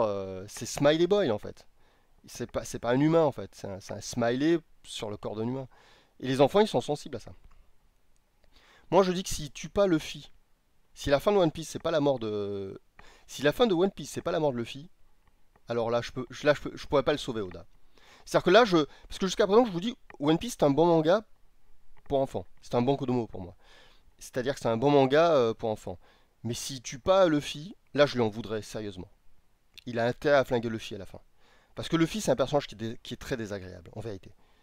Et s'il le tue, du coup, ça sera cohérent avec ce qu'il a écrit. Il nous aura mis un personnage désagréable, et s'il le tue à la fin, il y aura presque une leçon, vous voyez, presque anticapitaliste. Genre le mec qui veut devenir le plus fort, le meilleur, le roi de ceci, le roi de cela, le président de la République, à la fin il se fait flinguer. Genre à la fin c'est écoute, il y en a marre quoi. Dans la vie, il faut pas toujours vouloir être le meilleur. Et à la fin il se fait flinguer. Et là il y aurait presque une leçon de. Il y a une leçon de la part d'Oda, tu vois, presque. Qui serait même d'actualité. On a l'impression on aurait presque l'impression qu'il aurait écrit One Piece pour Macron, vous voyez. Et là j'applaudirais et je dirais ok, ça va. Je dirais rien. T'as fait ce qu'il fallait, c'est correct. Par contre, s'il fait pas ça, oh là là, vous allez m'entendre. Là, ouais, je vous dis ça, mais en vérité, je sais ce qui va se passer. Sa fin, le public de One Piece ne l'aimera pas. Ils attaqueront Oda et je sauverai Oda. Je vous le dis, voilà. Comme toujours, je m'intercalerai entre la communauté injuste, des gens qui ont adoré One Piece pendant des années, qui frapperont sur Oda parce que la fin, le One Piece, qui c'est le pouvoir de l'amitié, ils seront pas contents. Et je dirais non, quoi. Oda, il a travaillé pendant des décennies à faire son manga, vous le respectez, même si vous aimez pas la fin. Parce que ce qu'il a fait, quand même, c'est prodigieux. Il faut être capable de le faire. Et puis Oda, on peut lui reprocher ce qu'on veut. C'est un véritable artiste. Parce que c'est son style à lui, c'est même son genre de scénario à lui. Moi, j'ai du mal avec. Je vous le dis. Mais c'est unique. One Piece, il n'y a que Oda qui peut le faire. Au Japon, il n'y a pas d'autre One Piece. Et ça, c'est respectable. C'est un artiste. Voilà. Et je respecte ça. Donc, j'ai rien contre lui. Voilà, au contraire même, j'estime Oda. C'est juste que j'aimerais qu'il fasse autre chose que One Piece. J'aimerais qu'il passe à autre chose.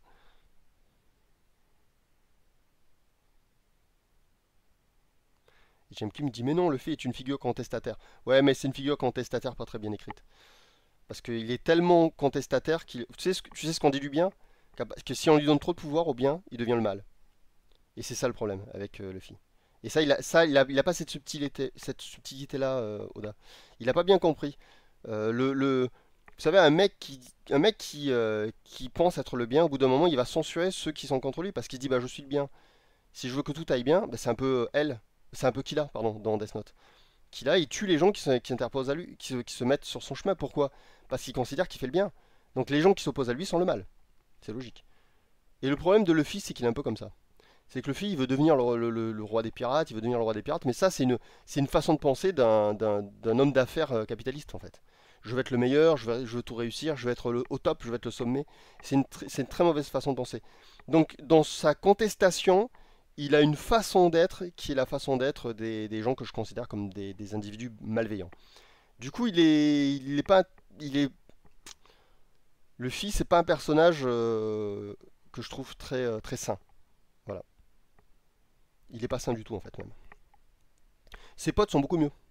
Je trouve que, bah, par exemple, un des personnages qui. Déjà, il y a Usopp qui est génial. Il y a le petit renne Tony Chopper qui est très intéressant. Et même, je trouve que. Comment il s'appelle le français, le cuisinier, j'ai un trou de mémoire. C'est pas Zoro, c'est l'autre. Comment il s'appelle? Je connais que lui, putain. Je trouve que c'est un des personnages. Sanji, merci Tacos. Sanji est intéressant aussi. C'est-à-dire qu'en fait, un peu ce que je vais appeler les losers les losers de l'équipage sont intéressants, plus que les winners. Zoro, il est chiant. C'est je veux devenir l'homme le plus fort du monde, etc. C'est un cliché ambulant. On l'a vu dans plein d'autres mangas. Luffy, moi, je trouve il est mal. Enfin, j'ai un souci avec le personnage en termes d'écriture. Il y a quelque chose qui va pas. C'est-à-dire qu'il est à vouloir trop aller à fond. Il devient le contraire de ce qu'il est censé être. Et du coup, je trouve il y a quelque chose qui va pas avec ce personnage. Il y a un délit d'écriture sur Luffy. Par contre, je trouve que, tu vois, si demain il se passait un truc et Zoro se fait tuer, bon, là évidemment hein, ça n'arrivera jamais, mais Zoro se fait tuer, Luffy se noie parce qu'il tombe dans l'eau et vous savez qu'il sait pas nager. Euh, et ben à partir de là, ça pourrait devenir très intéressant. Parce que pour moi, les deux plus gros problèmes scénaristiques, c'est le cliché que représente Zoro, qui est vraiment le personnage fort absolu qu'on a dans tous les mangas. C'est le personnage viriliste en fait. C'est le personnage musclé. Il manie trois épées, vous voyez, donc trois pénis pour pour les fans de psychologie de comptoir. Donc c'est le personnage viriliste, voilà, c'est le mec fort. C'est pour les fans de Neiketsu. Et Luffy, qui pour moi est une espèce d'entrepreneur capitaliste, qui dit oui, on va faire le bien. On va faire le bien et pour faire le bien, on va monter une entreprise et on va rétamer la gueule de tous les autres. Vous voyez, donc c'est un capitaliste qui pour faire le bien rétame les autres, c'est pas hyper intéressant. Donc en fait, je pense que pour moi, le meilleur héros qui pourrait être de One Piece, c'est. Je pense que c'est Tony Chopper en fait. Mais j'aime bien aussi Usopp, donc c'est compliqué. Usopp serait bien en héros en fait. Ouais, non, Usopp, ouais. Usopp serait mieux en héros. Et Tony Chopper à la place de Zoro, en fait, il remplacerait Zoro. C'est ça, il faudrait que. C'est marrant parce qu'il y a. C'est dans Enies Lobbies, à un moment, il y a un conflit entre. Moi, je trouve que c'est le meilleur passage de One Piece. Il y a un conflit entre Usopp et Luffy, et ils se mettent sur la gueule. Et franchement, c'est ce qu'il a écrit de mieux, Oda. Déjà, des héros qui se mettent sur la gueule, c'est pas souvent. Et là, c'était vraiment inattendu. Et c'est pour moi ce qu'il a fait de mieux. Voilà. Après, la mort de Ace était assez inattendue. En deuxième, je mettrais la mort de Ace. Mais c'était Water 7. J'ai un doute. Peut-être. Peut-être, ouais, c'est peut-être Water 7. Ouais. J'ai un doute. Mais c'est entre les deux. Enfin, c'est très loin dans ma mémoire. Et c'est sur mon Water. Si tu le dis, ça doit être Water 7. C'est trop loin dans ma mémoire pour que je puisse être sûr de moi. Mais comme je trouve qu'Anis Lobby c'était un des meilleurs arcs. euh, ouais, Water 7. C'est juste Water 7. Ouais, il était court, Water 7. C'est peut-être ça, c'est peut-être pour ça. Je crois que j'ai l'impression que Water 7, en fait, je le mets dans Enies Lobby. Dans mon souvenir, je crois que j'ai fait un tout des deux arcs. Et donc, oui, ça doit être Water 7. Ouais, Enies Lobby, c'est le logiciel, donc c'est vrai. Ouais, en fait, j'ai fait un tout. J'ai fusionné les deux arcs dans mon souvenir. Et en fait, ouais, j'aurais aimé qu'en fait, ce soit Usopp qui gagne, en fait. Parce que, il faudrait que Usopp prenne la place de Luffy, quoi, tout simplement. Et de même qu'il faudrait que Tony Chopper prenne la place de Zoro. Ça serait beaucoup mieux comme ça. Il y a Akaten qui dit Luffy c'est l'ingérence incarnée comme beaucoup de super-héros. Oui, mais en général ça marche quoi. Là j'ai un souci, c'est que Luffy il contredit sa philosophie par son action. C'est-à-dire que Luffy en termes de philosophie, je comprends parfaitement. Effectivement, c'est le rebelle en fait. On va dire ça comme ça. C'est celui qui veut, c'est le rebelle. Mais sa démarche, son action, c'est pas la démarche d'un rebelle, c'est la démarche d'un auto-entrepreneur en fait. C'est la démarche d'un homme d'affaires quoi. Et donc c'est quelqu'un qui dit, en gros, hein, je vais vous faire une image, mais c'est quelqu'un qui dit vive le communisme. Et il dit tellement vive le communisme qu'il monte une société pour que le communisme se répande. Et il dit et on va être les leaders sur le marché. Et ça, c'est pas des communistes, ça, c'est le capitalisme, ça. Donc il y a une espèce de contradiction dans le personnage qui me déplaît et qui me rend le personnage assez imbuvable. Voilà. Donc moi, je rêve de quelqu'un qui fasse un spin-off de One Piece ou un What If, vous savez.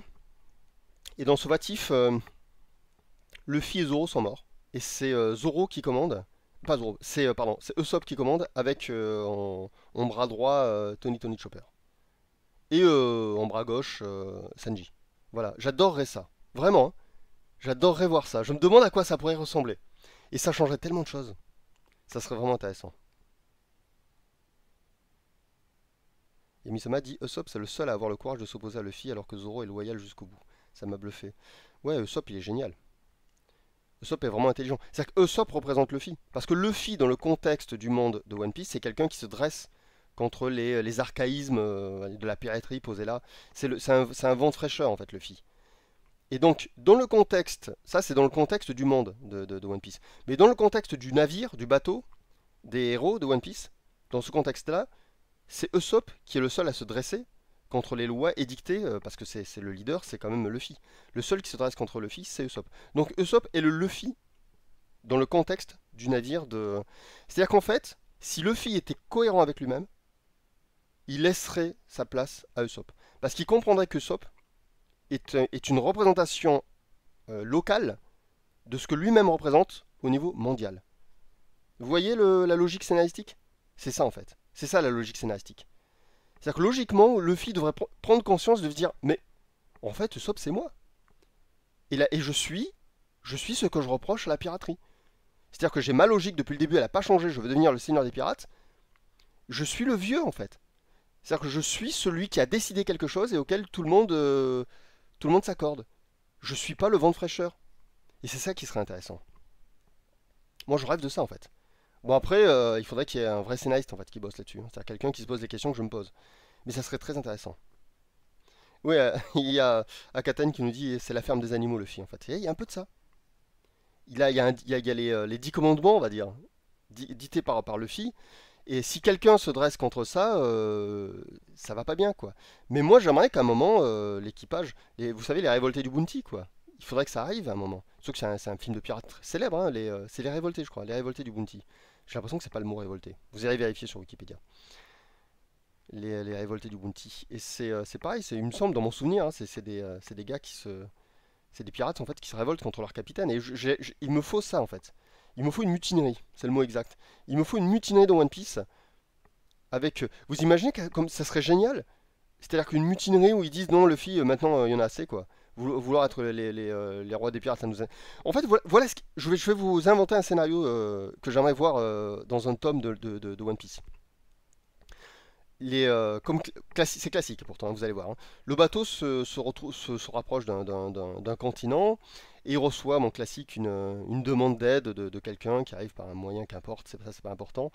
Et le fille dit non, cette fois-ci on va pas les aider parce qu'on est tout près de l'endroit où on doit se rendre qui va me permettre plus facilement de devenir le seigneur des pirates. Et là, tout l'équipage dit non, il faut aller les aider. C'est grave ce qui leur arrive. C'est pas grave si tu ne deviens pas le seigneur des pirates. Ce qui compte finalement, c'est qu'on soit bon.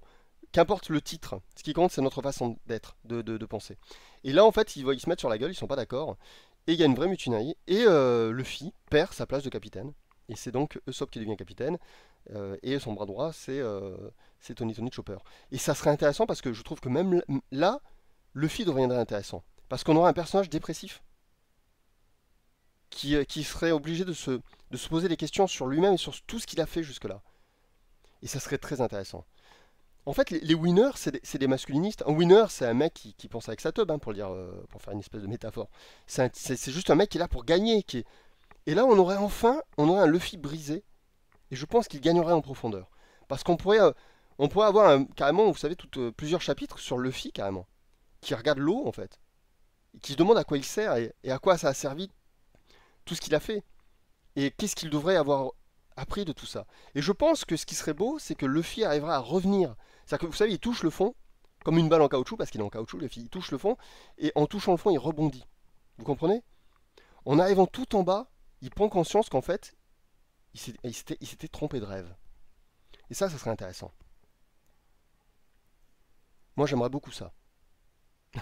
D'accord, s'il va un peu loin. Luffy se suicide. Non, c'est trop, c'est too much. Non, non, Luffy prend conscience, il change. À partir de là, il ne sourit plus jamais. Ça, c'est déjà. Et croyez-moi, c'est suffisant. Hein, pas besoin de suicide. Luffy ne sourit plus. Et d'ailleurs, les covers des volumes suivants, c'est Tony Chopper qui fait le con avec Usopp, parce que c'est eux les héros. Et d'ailleurs, dans la logique, avec le temps, ils feront les mêmes erreurs que Luffy. Parce qu'on ne règne pas dans l'innocence. Quand on a le pouvoir, on finit par être dévoré par ce pouvoir. Et peut-être qu'au bout d'un moment, au bout de quelques arcs, il y a justement Usopp prend conscience, il est là, il s'enferme. À un moment, il s'enferme. Il y a tout un volume qui se passe sur le bateau, Et c'est Usopp qui s'est enfermé dans la cale. Et tout le monde lui dit hey, qu'est-ce qui te prend? Et il veut plus sortir. Et on est avec Usopp qui est dans le noir, enfermé, et qui réfléchit. Et il se rend compte que il a repris les mêmes travers que Luffy.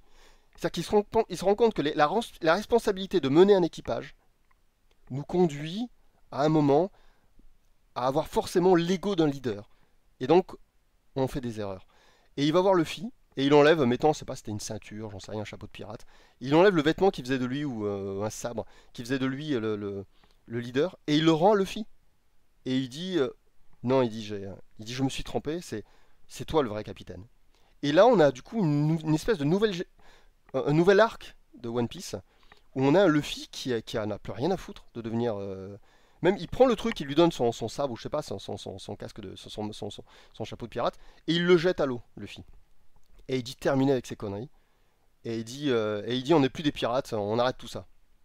Et ils partent à l'aventure, et ça devient des aventuriers, quoi. Ce serait intéressant, ça. Moi, j'attends ça, en fait, dans One Piece. Ouais, il y a Akaten qui nous dit il y a un peu de ça dans Vinland Saga et Vagabond. Alors, surtout Vagabond. Mais tu as raison, dans Vinland Saga, il y a vraiment ça. Il a tenté un truc incroyable dans Vinland Saga. Alors, moi, je trouve que c'est raté.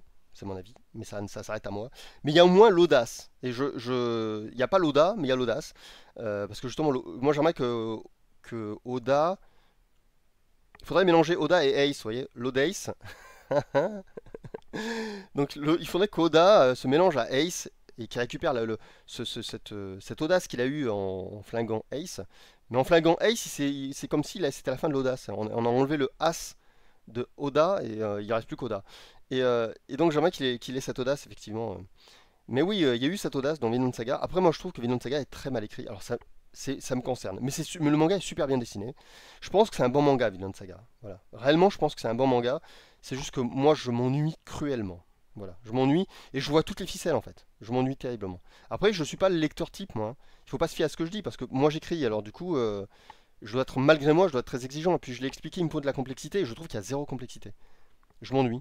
Voilà, c'est très plat pour moi, en fait, Vinland Saga. Mais je reconnais l'audace de l'auteur, et il dessine vachement bien. Et Misama dit, imagine si Luffy devient un femto. Non, ce serait une très mauvaise idée, ça. Gilba dit, un Luffy style Meruem. C'est déjà plus intéressant. C'est déjà plus intéressant. Mais je ne verrais pas Luffy en Meruem. Parce que je sais pas, ça lui va pas, en fait. Meruem est un personnage très profond, et Luffy ne l'est pas. Il est très superficiel, Luffy. C'est-à-dire que Luffy, avant de devenir Meruem, il faudrait plusieurs arcs, quoi, parce qu'il faudrait qu'il gagne une profondeur et il l'a pas. Il a un problème avec la profondeur, Luffy, son mauvais jeu de mots. Parce que s'il tombe, il se noie. Vous avez vu, je fais plein de jeux de mots, hein. Oda Ace, Oda Ace, Oda As, Oda, Luffy, profondeur.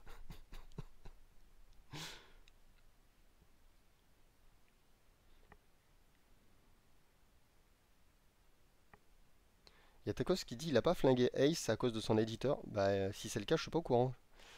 Moi, je pense que c'est une décision d'Oda, mais si si vous en savez plus que moi, dites-le. Il faudrait que son éditeur l'embête. Ouais.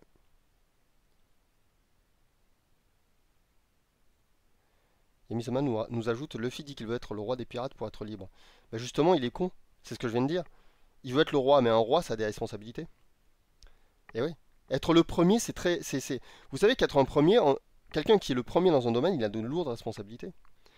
C'est déjà, bah, il tire tout un genre. Ensuite, lui-même est obnubilé par le fait de rester premier. Parce que devenir premier, c'est facile. Le rester, c'est très très difficile. Donc Luffy, c'est ce que je dis, il est à contresens. C'est un personnage qui est à contresens. Il veut être libre, et pour être libre, il veut des responsabilités. Ça va pas du tout, quoi. C'est pas très bien écrit. Mais j'ai l'impression que c'est une erreur de jeunesse de Oda qu'on se traîne, en fait. Et dernièrement, tu dis, il a dit qu'il a un autre rêve. Donc ça veut dire qu'il vieillit Oda, dans sa tête, c'est un peu plus complexe. Et donc déjà, il rajoute un autre rêve, c'est mieux. Et il est temps que ce rêve balaye le premier, en fait. Pour, pour que le fils soit moins contradictoire dans sa psychologie. Ouais, Chemki me dit, t'as testé Planète par l'auteur de Vinland Saga? Non, pas du tout, mais on en a déjà parlé, il paraît que c'est très bien. Et comme j'ai pas trop aimé Vinland Saga, il faudrait effectivement que j'essaie Planète. Il y a Yas qui nous dit ton développement de le film me fait penser à Eren. Ah oui, tout à fait, il y a de ça. Qui est passé de héros shonen ennuyant à méchant de l'histoire. C'est vrai. Surtout qu'il n'est pas vraiment devenu méchant, il est devenu antagoniste. C'est là la subtilité. C'est-à-dire que Eren a été jusqu'au bout de sa logique. Et ça, c'est bien. D'ailleurs, moi, je vais être honnête, Eren, je l'aimais pas comme personnage. Et à partir du moment où il est devenu extrême, je l'ai trouvé très intéressant. C'est-à-dire qu'en fait, Eren est né au moment où il a refusé d'être d'accord avec les autres. Pour moi, c'est là où Eren est né, en fait. Et c'est pour ça que j'ai hâte de voir comme la fin, parce que je la connais toujours pas, moi, la fin de SNK Shingeki no Kyojin. J'ai hâte de la voir. Ouais, tout le monde avec audace. Vous aimez bien votre audace, hein.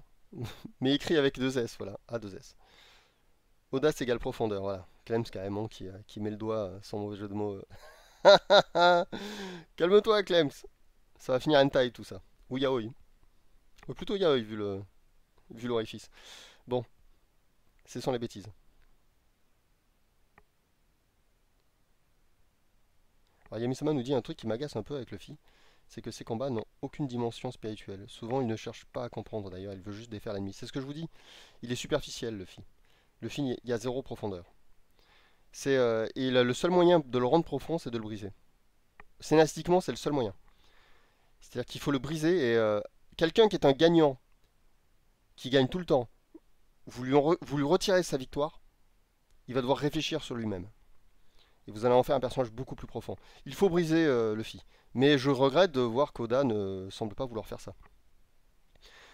Oda, pour moi, Oda il est un peu devenu Walt Disney, quoi. Il prend beaucoup trop soin de ses lecteurs. Et c'est bien dommage. Oui, pareil, Shadow dit j'aime bien sa nouvelle coupe de cheveux et Eren, c'est pareil. J'adore son nouveau design. Mais ouais, il n'y a rien à faire, le nouveau Eren est beaucoup mieux.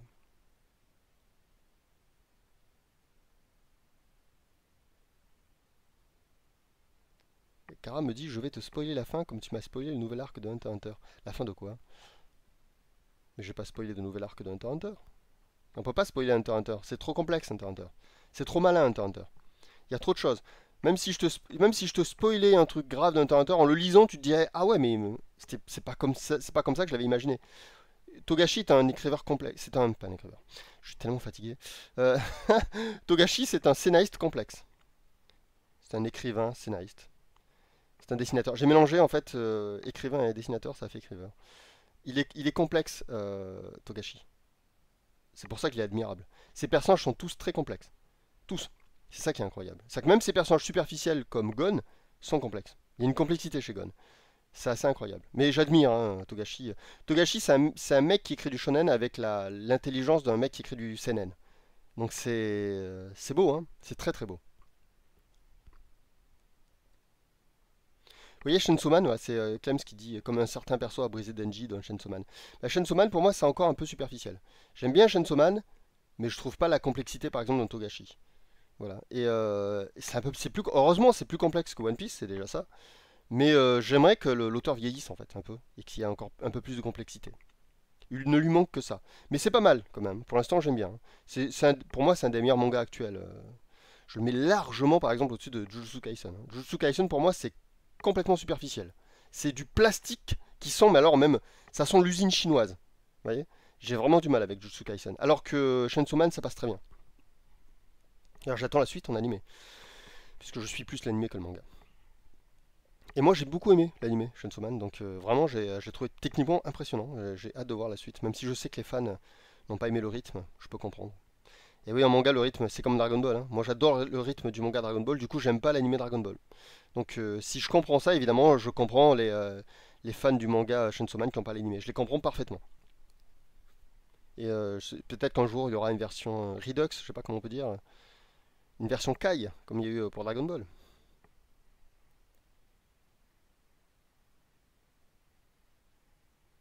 Il y a Acro qui nous dit yo, salut Acro. Tiens, Gohusan, je sais pas si je t'ai dit bonjour.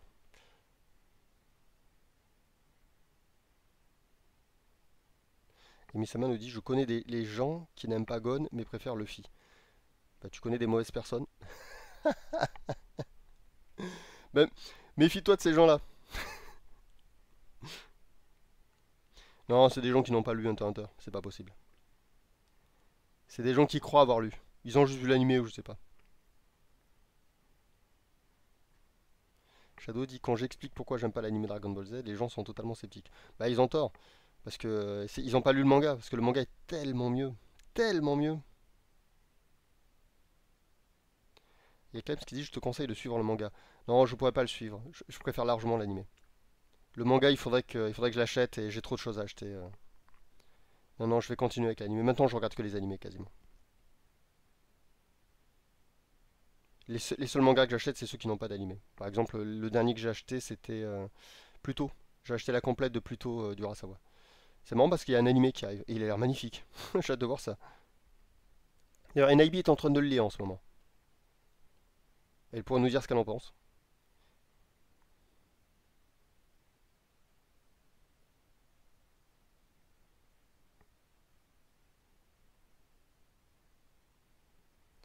Yamisama dit l'animé DBZ, j'aime bien les musiques. Elles sont particulières. C'est des musiques que j'aurais du mal à écouter hors de l'animé. Mais j'avoue qu'elles ont leur charme. Puis moi, j'ai grandi avec Goldorak, donc du coup, ça, elles me parlent. Et puis j'ai aussi un souvenir, nous on mettait le CD, parce que j'ai le CD des musiques de Dragon Ball, et quand on jouait au Dragon Ball 2 sur Super Famicom, on mettait les musiques de l'animé, et du coup on s'éclatait. Voilà, du coup j'ai un souvenir particulier avec ces musiques.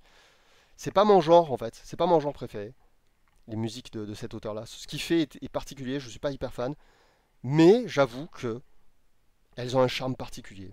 Il y a quelque chose. Shadow nous dit, par coïncidence, j'ai grandi avec le manga, je pense que le meilleur de Dragon Ball, c'est le manga accompagné des musiques de Dragon Ball Z. Ouais, peut-être, ouais. Ça doit être intéressant de lire le manga avec les musiques. Il y a Kara qui nous dit, non, vraiment, je ne spoil jamais, mais j'ai cru comprendre que les gens n'ont pas aimé la fin du manga, et j'ai entendu des rumeurs comme quoi la fin pourrait ne pas être la même. Tiens, tiens. Tiens, tiens, tiens, tiens. Faut voir.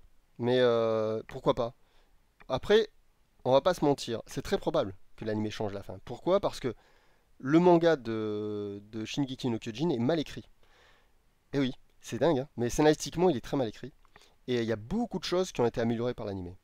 Par exemple, j'avais vu ça, il y a un gars qui faisait un comparatif, et il y avait une scène où c'était dans l'animé, il y a une scène qui est dramatique où c'est un personnage qui explique en fait, il est un titan, il fait partie des titans, et c'est une scène assez dramatique dans l'animé où en fait on a une vraie révélation. Et dans le manga, la révélation, c'est le personnage, il est dans le fond, il est au second plan, il est tout petit, et c'est une petite bulle, et il dit ça comme ça, il balance ça à un personnage comme si de rien n'était. Comme s'il lui disait ah, t'as pas faim, moi j'ai faim. Voilà, il dit au fait, c'est moi, je suis le titan machin. Je vous assure que c'est vrai. Il est un peu malade, Isayama, on va pas se mentir. Isayama est un auteur un peu malade, mais c'est son charme.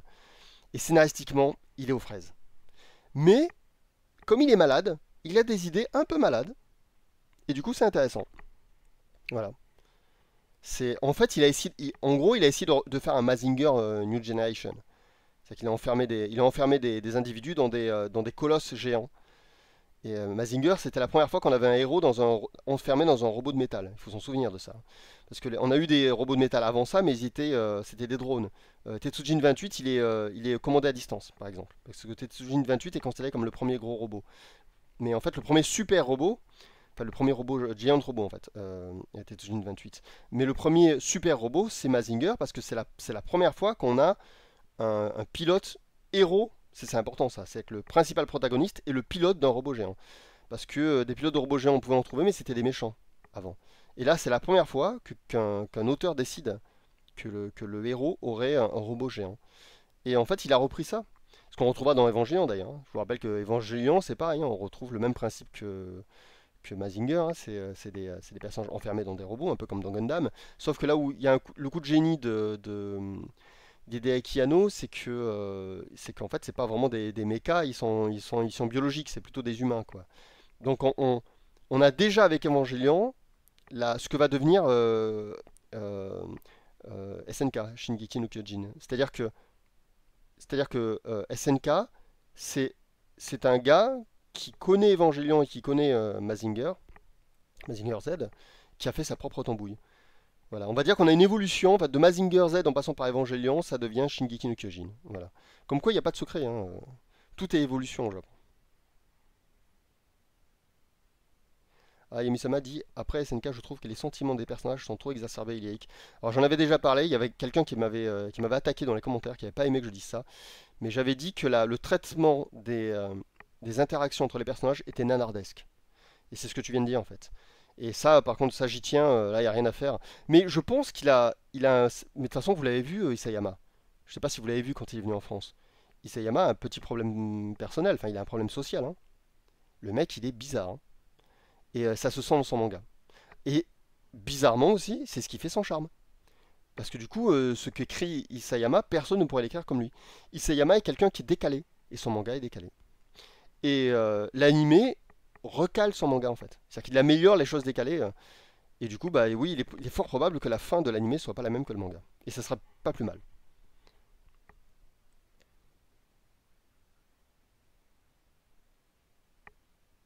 Ouais, comme dit Mew, comme ça, même le lecteur, quand il lit ça, il se fait surprendre. Et il est pas sûr de tout comprendre. Mais oui, c'est ça. Quelqu'un de décalé. Mais un grand auteur, c'est quelqu'un qui est pas banal, justement. Les grands auteurs ne sont pas banals. Si vous êtes quelqu'un de normal dans la vie, il y a peu de chances que votre bouquin soit intéressant, quoi. Les gens pas banals écrivent des choses pas banales.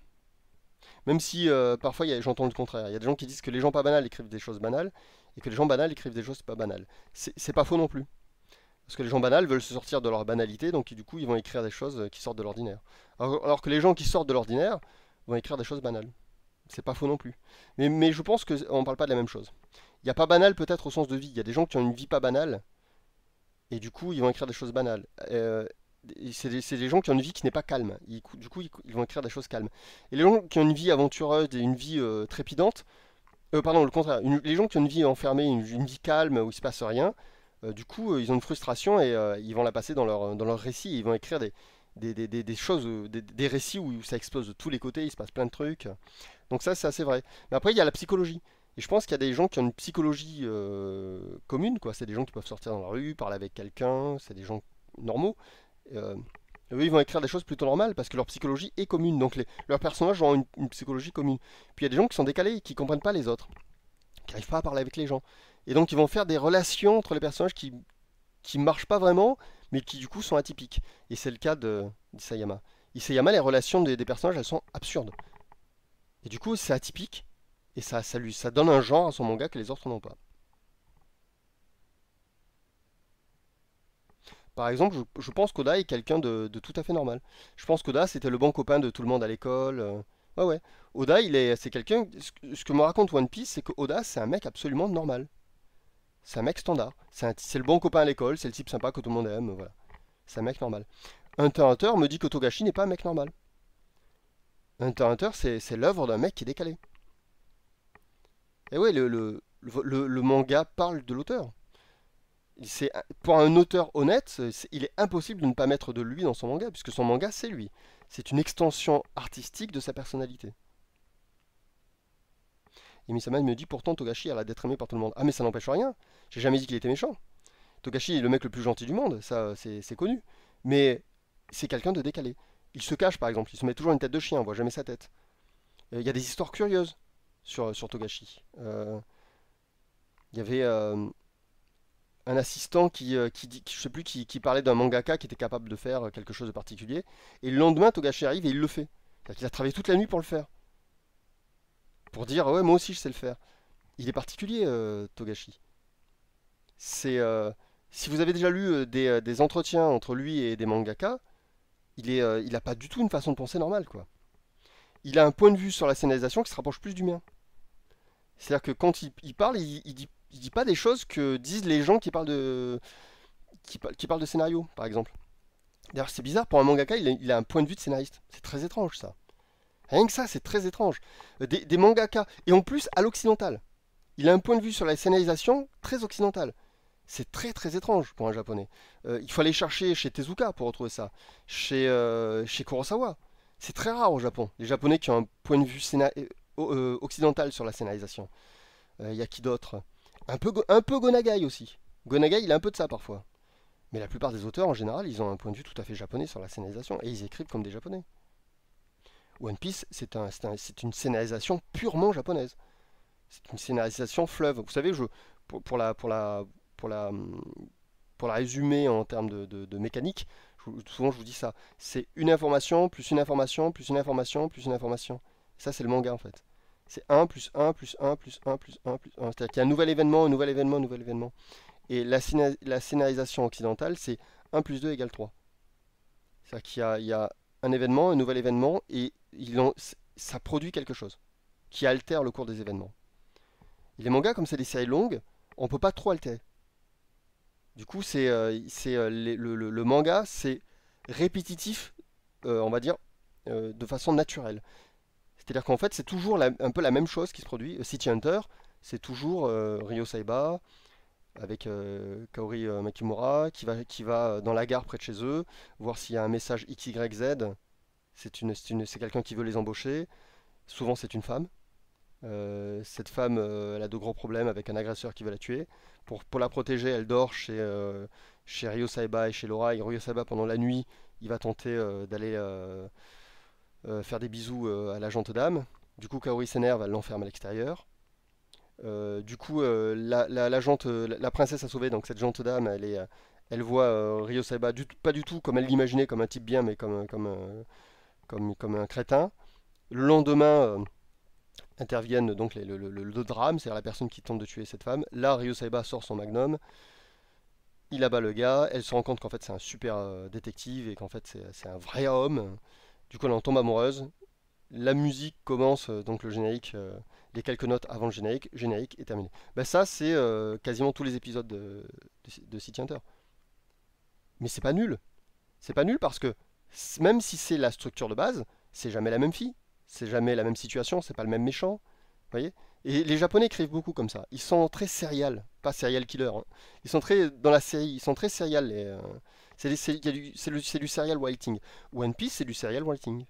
One Piece, c'est des personnages qu'on connaît, tous, qu'on connaît très bien. Il y a un côté familier quand on revient sur One Piece. Ah, on retrouve des personnages qu'on connaît.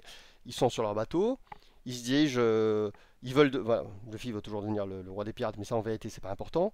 Ils naviguent, ils arrivent près d'un continent. Quelqu'un les contacte parce qu'ils ont besoin d'aide, parce qu'il y a un dictateur sur ce continent. Ils vont aider ces gens-là. Luffy à la fin se bat contre ce dictateur et c'est le pouvoir de l'amitié. Il lui dit oui, tu as failli faire du mal à mes Nakama, je te le pardonnerai jamais. Il bat le mec, il remonte sur le bateau et rebelote. Et ça, c'est la trame de base. C'est-à-dire que même si après, évidemment, il y a des différences, mais ça reste plus ou moins la même chose. C'est-à-dire que pour que d'un coup, il se passe un truc différent, il faudrait qu'il y ait un arc de One Piece qui se passe pas sur l'eau, par exemple. C'est qu'à un moment, ils vont dans des grottes et il y a tout un arc, il n'y a plus d'eau, ils sont dans des grottes, et il n'y a même pas de méchants en fait. Ils sont juste coincés là, et ils découvrent en fait une cité engloutie, ils essaient de comprendre. Voilà, et là, c'est improbable ça dans One Piece, ça n'arrivera jamais. Voilà pourquoi on est sur une structure qui se répète. Mais beaucoup de choses se répètent dans la vie, hein. La politique se répète, l'histoire bégaye et se répète.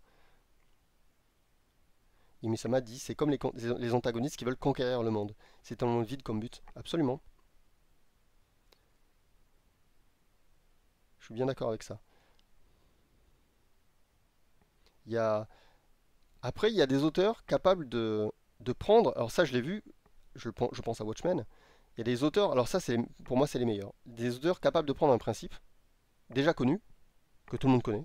Par exemple, le méchant qui veut conquérir le monde, et de le réinventer. Ça, c'est les plus forts. C'est-à-dire qu'en fait, tu as l'impression d'être en terre connue. Tu as l'impression de mettre les pieds dans les pantoufles. C'est-à-dire que c'est des méchants que tu connais. C'est des gentils que tu connais. Watchmen, c'est le cas, hein. C'est dans Watchmen, on a Batman, on a, euh, on a plein de super-héros qu'on connaît déjà en fait. C'est des succès d'années c'est des archétypes, ou c'est des succès d'années d'archétypes, de personnages qu'on connaît déjà.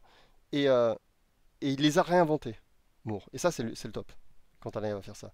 C'est-à-dire qu'en fait, le manga qui parviendrait à battre One Piece, ce serait un manga qui ferait comme One Piece ou Dragon Ball, mais en réinventant on va dire les archétypes de ces mangas-là.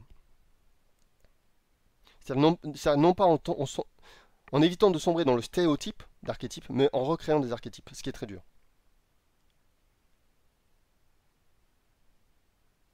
Crunchy dit c'est toujours ce schéma. dans One Piece. Luffy se bat une première fois avec le méchant, il perd, il revient, il gagne le combat. Ouais, c'est classique. Mais ce qui compte, tu vois, c'est que, en gros, c'est toujours le même schéma, mais Oda, après, il change. Dans le schéma, il met des choses différentes. Le schéma est le même, mais il remplit avec, bah, ça sera un nouveau méchant, ça sera sur un autre continent, ça sera pour une autre raison. Mais le schéma est le même.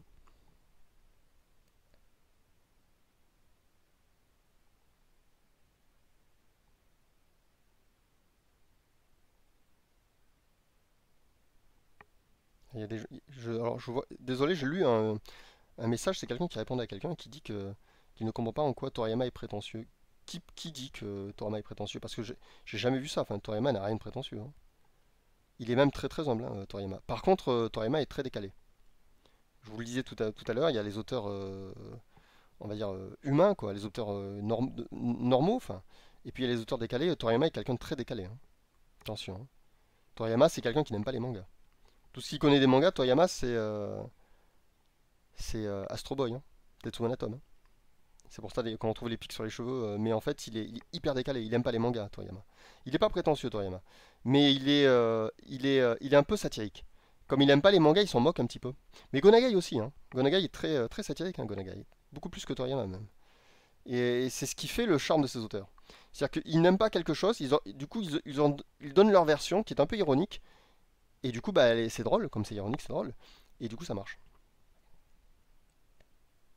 Vous savez, souvent, les gens qui sont très fans de manga, je vais vous dire un truc étrange, hein, mais les gens qui sont très fans de manga sont souvent ceux qui écrivent le moins bien les mangas.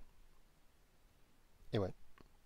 C'est pour ça que souvent les éditeurs, quand ils voient arriver des passionnés, ils s'en méfient beaucoup. Parce qu'un passionné, en fait, bah, il est trop passionné pour être capable de faire évoluer le genre. Parce qu'il ne voit pas les défauts du genre. Il ne voit que ce qui va bien. Et ouais. Et donc du coup, il va faire un truc lambda. Il va faire un truc qui ressemblera à tout ce qui a déjà été fait. Alors que quelqu'un qui aime pas trop les mangas, il va vouloir le changer le manga. Il va se dire ouais non j'aime pas trop les mangas. On va lui dire mais pourquoi tu aimes pas trop les mangas? Il va dire parce que bah il y a ça qui va pas, il y a ça qui va pas, il y a ça qui va pas. Et ben on va dire bah très bien, fais un manga et répare ça. Là où tu trouves que ça va pas, tu le répares. Et il va faire un manga intéressant.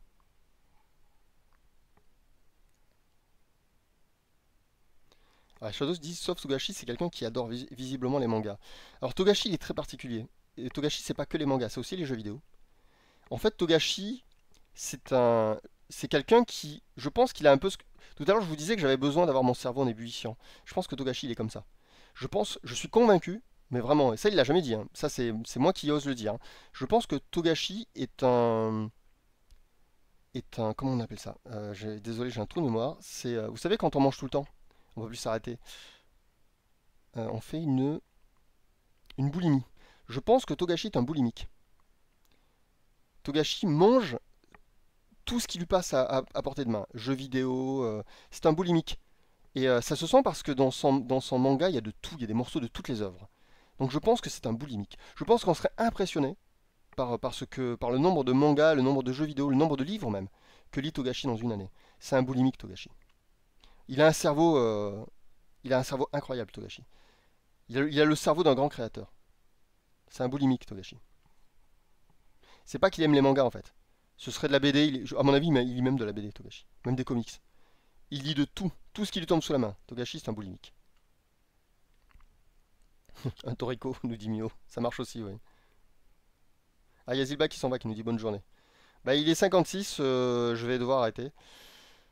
Avant ça, comme toujours, je vais aller lire le staff pour voir qui d'entre vous soutient le live. N'oubliez pas, donc, j'ai posté là en post-it, vous le voyez tout au-dessus, je l'ai épinglé. Vous avez le nouveau teaser d'Orion. Donc, je vous conseille de cliquer sur le lien et d'aller partager ce nouveau teaser qui est sur Twitter. Si vous voulez en tout cas qu'Orion continue, si vous voulez un jour avoir un tome 6, il faut absolument faire ce que je viens de vous dire. Là, je me lève, je vous raconte tout. Je bois une gorgée d'eau mentholée.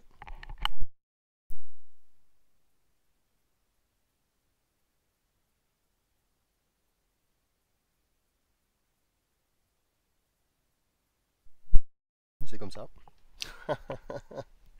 J'ai reposé mon verre un peu trop vite. Donc, je vais lire le staff. Le staff du jour. Alors, on va remonter à il y a 7 jours. C'est-à-dire dimanche dernier. J'aime bien remonter longtemps, hein. Vous savez que j'aime bien faire ça.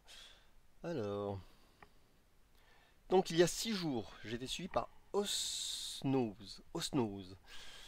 Il y a 2 heures, j'ai été suivi par Country Luigi. Donc merci Osnose, merci Country Luigi. Il y a 1 heure, j'ai été suivi par Lowen02. Merci Lowen. Il y a 2 heures, j'ai été suivi par Kiwi666. Donc merci Kiwi666. Il y a 2 heures, j'ai été suivi par Bernie38. Il y a 54 minutes, j'ai été suivi par ZBuffer. Donc merci Bernie38, merci ZBuffer. Il y a 2 heures, j'ai été suivi par Clémentkin. Donc merci à toi Clémentkin. Il y a 2 heures, c'est Maël2 qui a renouvelé son abonnement. Donc merci Maël2, voilà, tu es l'un des piliers de ce jour, de ce live. Il y a 2 heures, j'ai été suivi. Non, c'est PVX Cupo qui a renouvelé son abonnement. Donc PVX Cupo et Maël, merci à vous. Et il y a 1 heure, j'ai été. C'est Seal Dreams, et pas Seal Dreams, il n'y a qu'un seul S. Seal Dreams, qu'on peut appeler Seal Dreams, qui a renouvelé son abonnement aussi. Donc, un grand merci à Seal Dreams, grâce à qui ce live va pouvoir perdurer, grâce à qui je serai de retour la semaine prochaine. Un grand merci à PVX Cupo, grâce à qui vous pourrez me retrouver chaque semaine, encore une fois. Et un grand merci à Maël, voilà, qui ont renouvelé leur abonnement. Voilà, c'est grâce à vous, évidemment, que le live peut perdurer. Et merci aussi à tous les autres, hein. Clémentkin, ZBuffer, Bernie38, Kiwi666, Lowen02, Country Luigi, Osnose, qui m'ont suivi. Voilà, voilà. Je vous rappelle qu'on doit se rapprocher des... vous savez, on peut poser des buts, et j'avais mis 2300 followers, en clin d'œil au film 300, enfin au comics 300 surtout. Voilà, donc d'ici Sparta. Et on est à la moitié. Enfin à la moitié. Si on part de 2000, on est à 2155. Donc bientôt on atteindra les 2300. C'est cool. Voilà. Je reviens à ma place. Je vous lis la petite phrase, comme d'habitude. Et on se dit au revoir. Donc comme toujours, je vais lancer les dés. Je vais éviter de les lancer à droite sur ma table parce qu'il y a de l'eau mentholée. Parce que j'ai, comme je vous l'ai dit plutôt, un peu trop vite reposé mon verre. Donc les 2 dés, les 3 dés ici. Voilà. J'obtiens 336. Je prends un livre que vous connaissez tous peut-être, ou pas, vous allez le découvrir, qui s'appelle Pensée laconique. La vérité est un mensonge qui nous plaît, que vous pouvez trouver sur Amazon, qui aura une extension, là le 30 juin, il y aura une version allongée, comme tous les ans. Voilà, ouais, d'habitude je le fais en septembre, là je le fais en juin parce que j'avais beaucoup de phrases, j'ai écrit beaucoup de phrases. Donc maintenant ça sera le 30 juin que se feront les mises à jour de mon livre chaque année. Donc voilà, Pensée laconique, un livre en papier, hein, vous entendez. Voilà, trouvable sur Amazon. Je vais à la... Il n'y a que des phrases dedans. Voilà, c'est un livre qui est très facile à lire parce que c'est bourré de phrases. C'est des petites phrases, des phrases séparées je veux dire, hein. C'est ce qu'on appelle des maximes, des dictons. Donc je vais chercher la phrase 336. Poc. Que nous dit-elle cette phrase? Donc je vous lis la phrase 336. On devrait échanger une moitié du courage de dire ce qu'on pense contre une moitié du courage de faire ce qu'on dit. C'est marrant. Je vous la relis. On devrait échanger une moitié du courage de dire ce qu'on pense contre une moitié du courage de faire ce qu'on dit. Voilà, c'est la phrase du jour. Je vous laisse réfléchir là-dessus. Je vous souhaite tout ce qu'il y a de meilleur. Prenez soin de vous, ne jouez pas trop, lisez de temps en temps. Prenez soin des gens que vous aimez. Ne perdez pas trop de temps sur les réseaux sociaux, sur Twitch, sur YouTube et partout, sur Internet d'ailleurs. Voilà, de temps en temps, séparez-vous d'Internet, c'est bien de lire.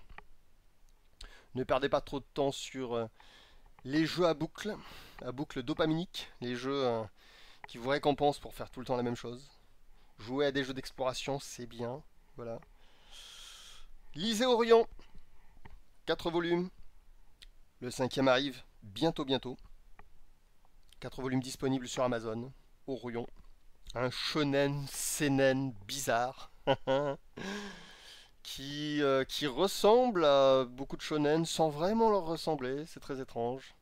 Voilà, Orion. 4 tomes. Un manga dessiné par NIB. La plus grande dessinatrice de France du manga Orion. Donc ne ratez pas le manga Orion. Voilà, vous passeriez à côté de quelque chose de merveilleux. Le tome 5 arrive. Voilà. À très bientôt. Bye bye tout le monde.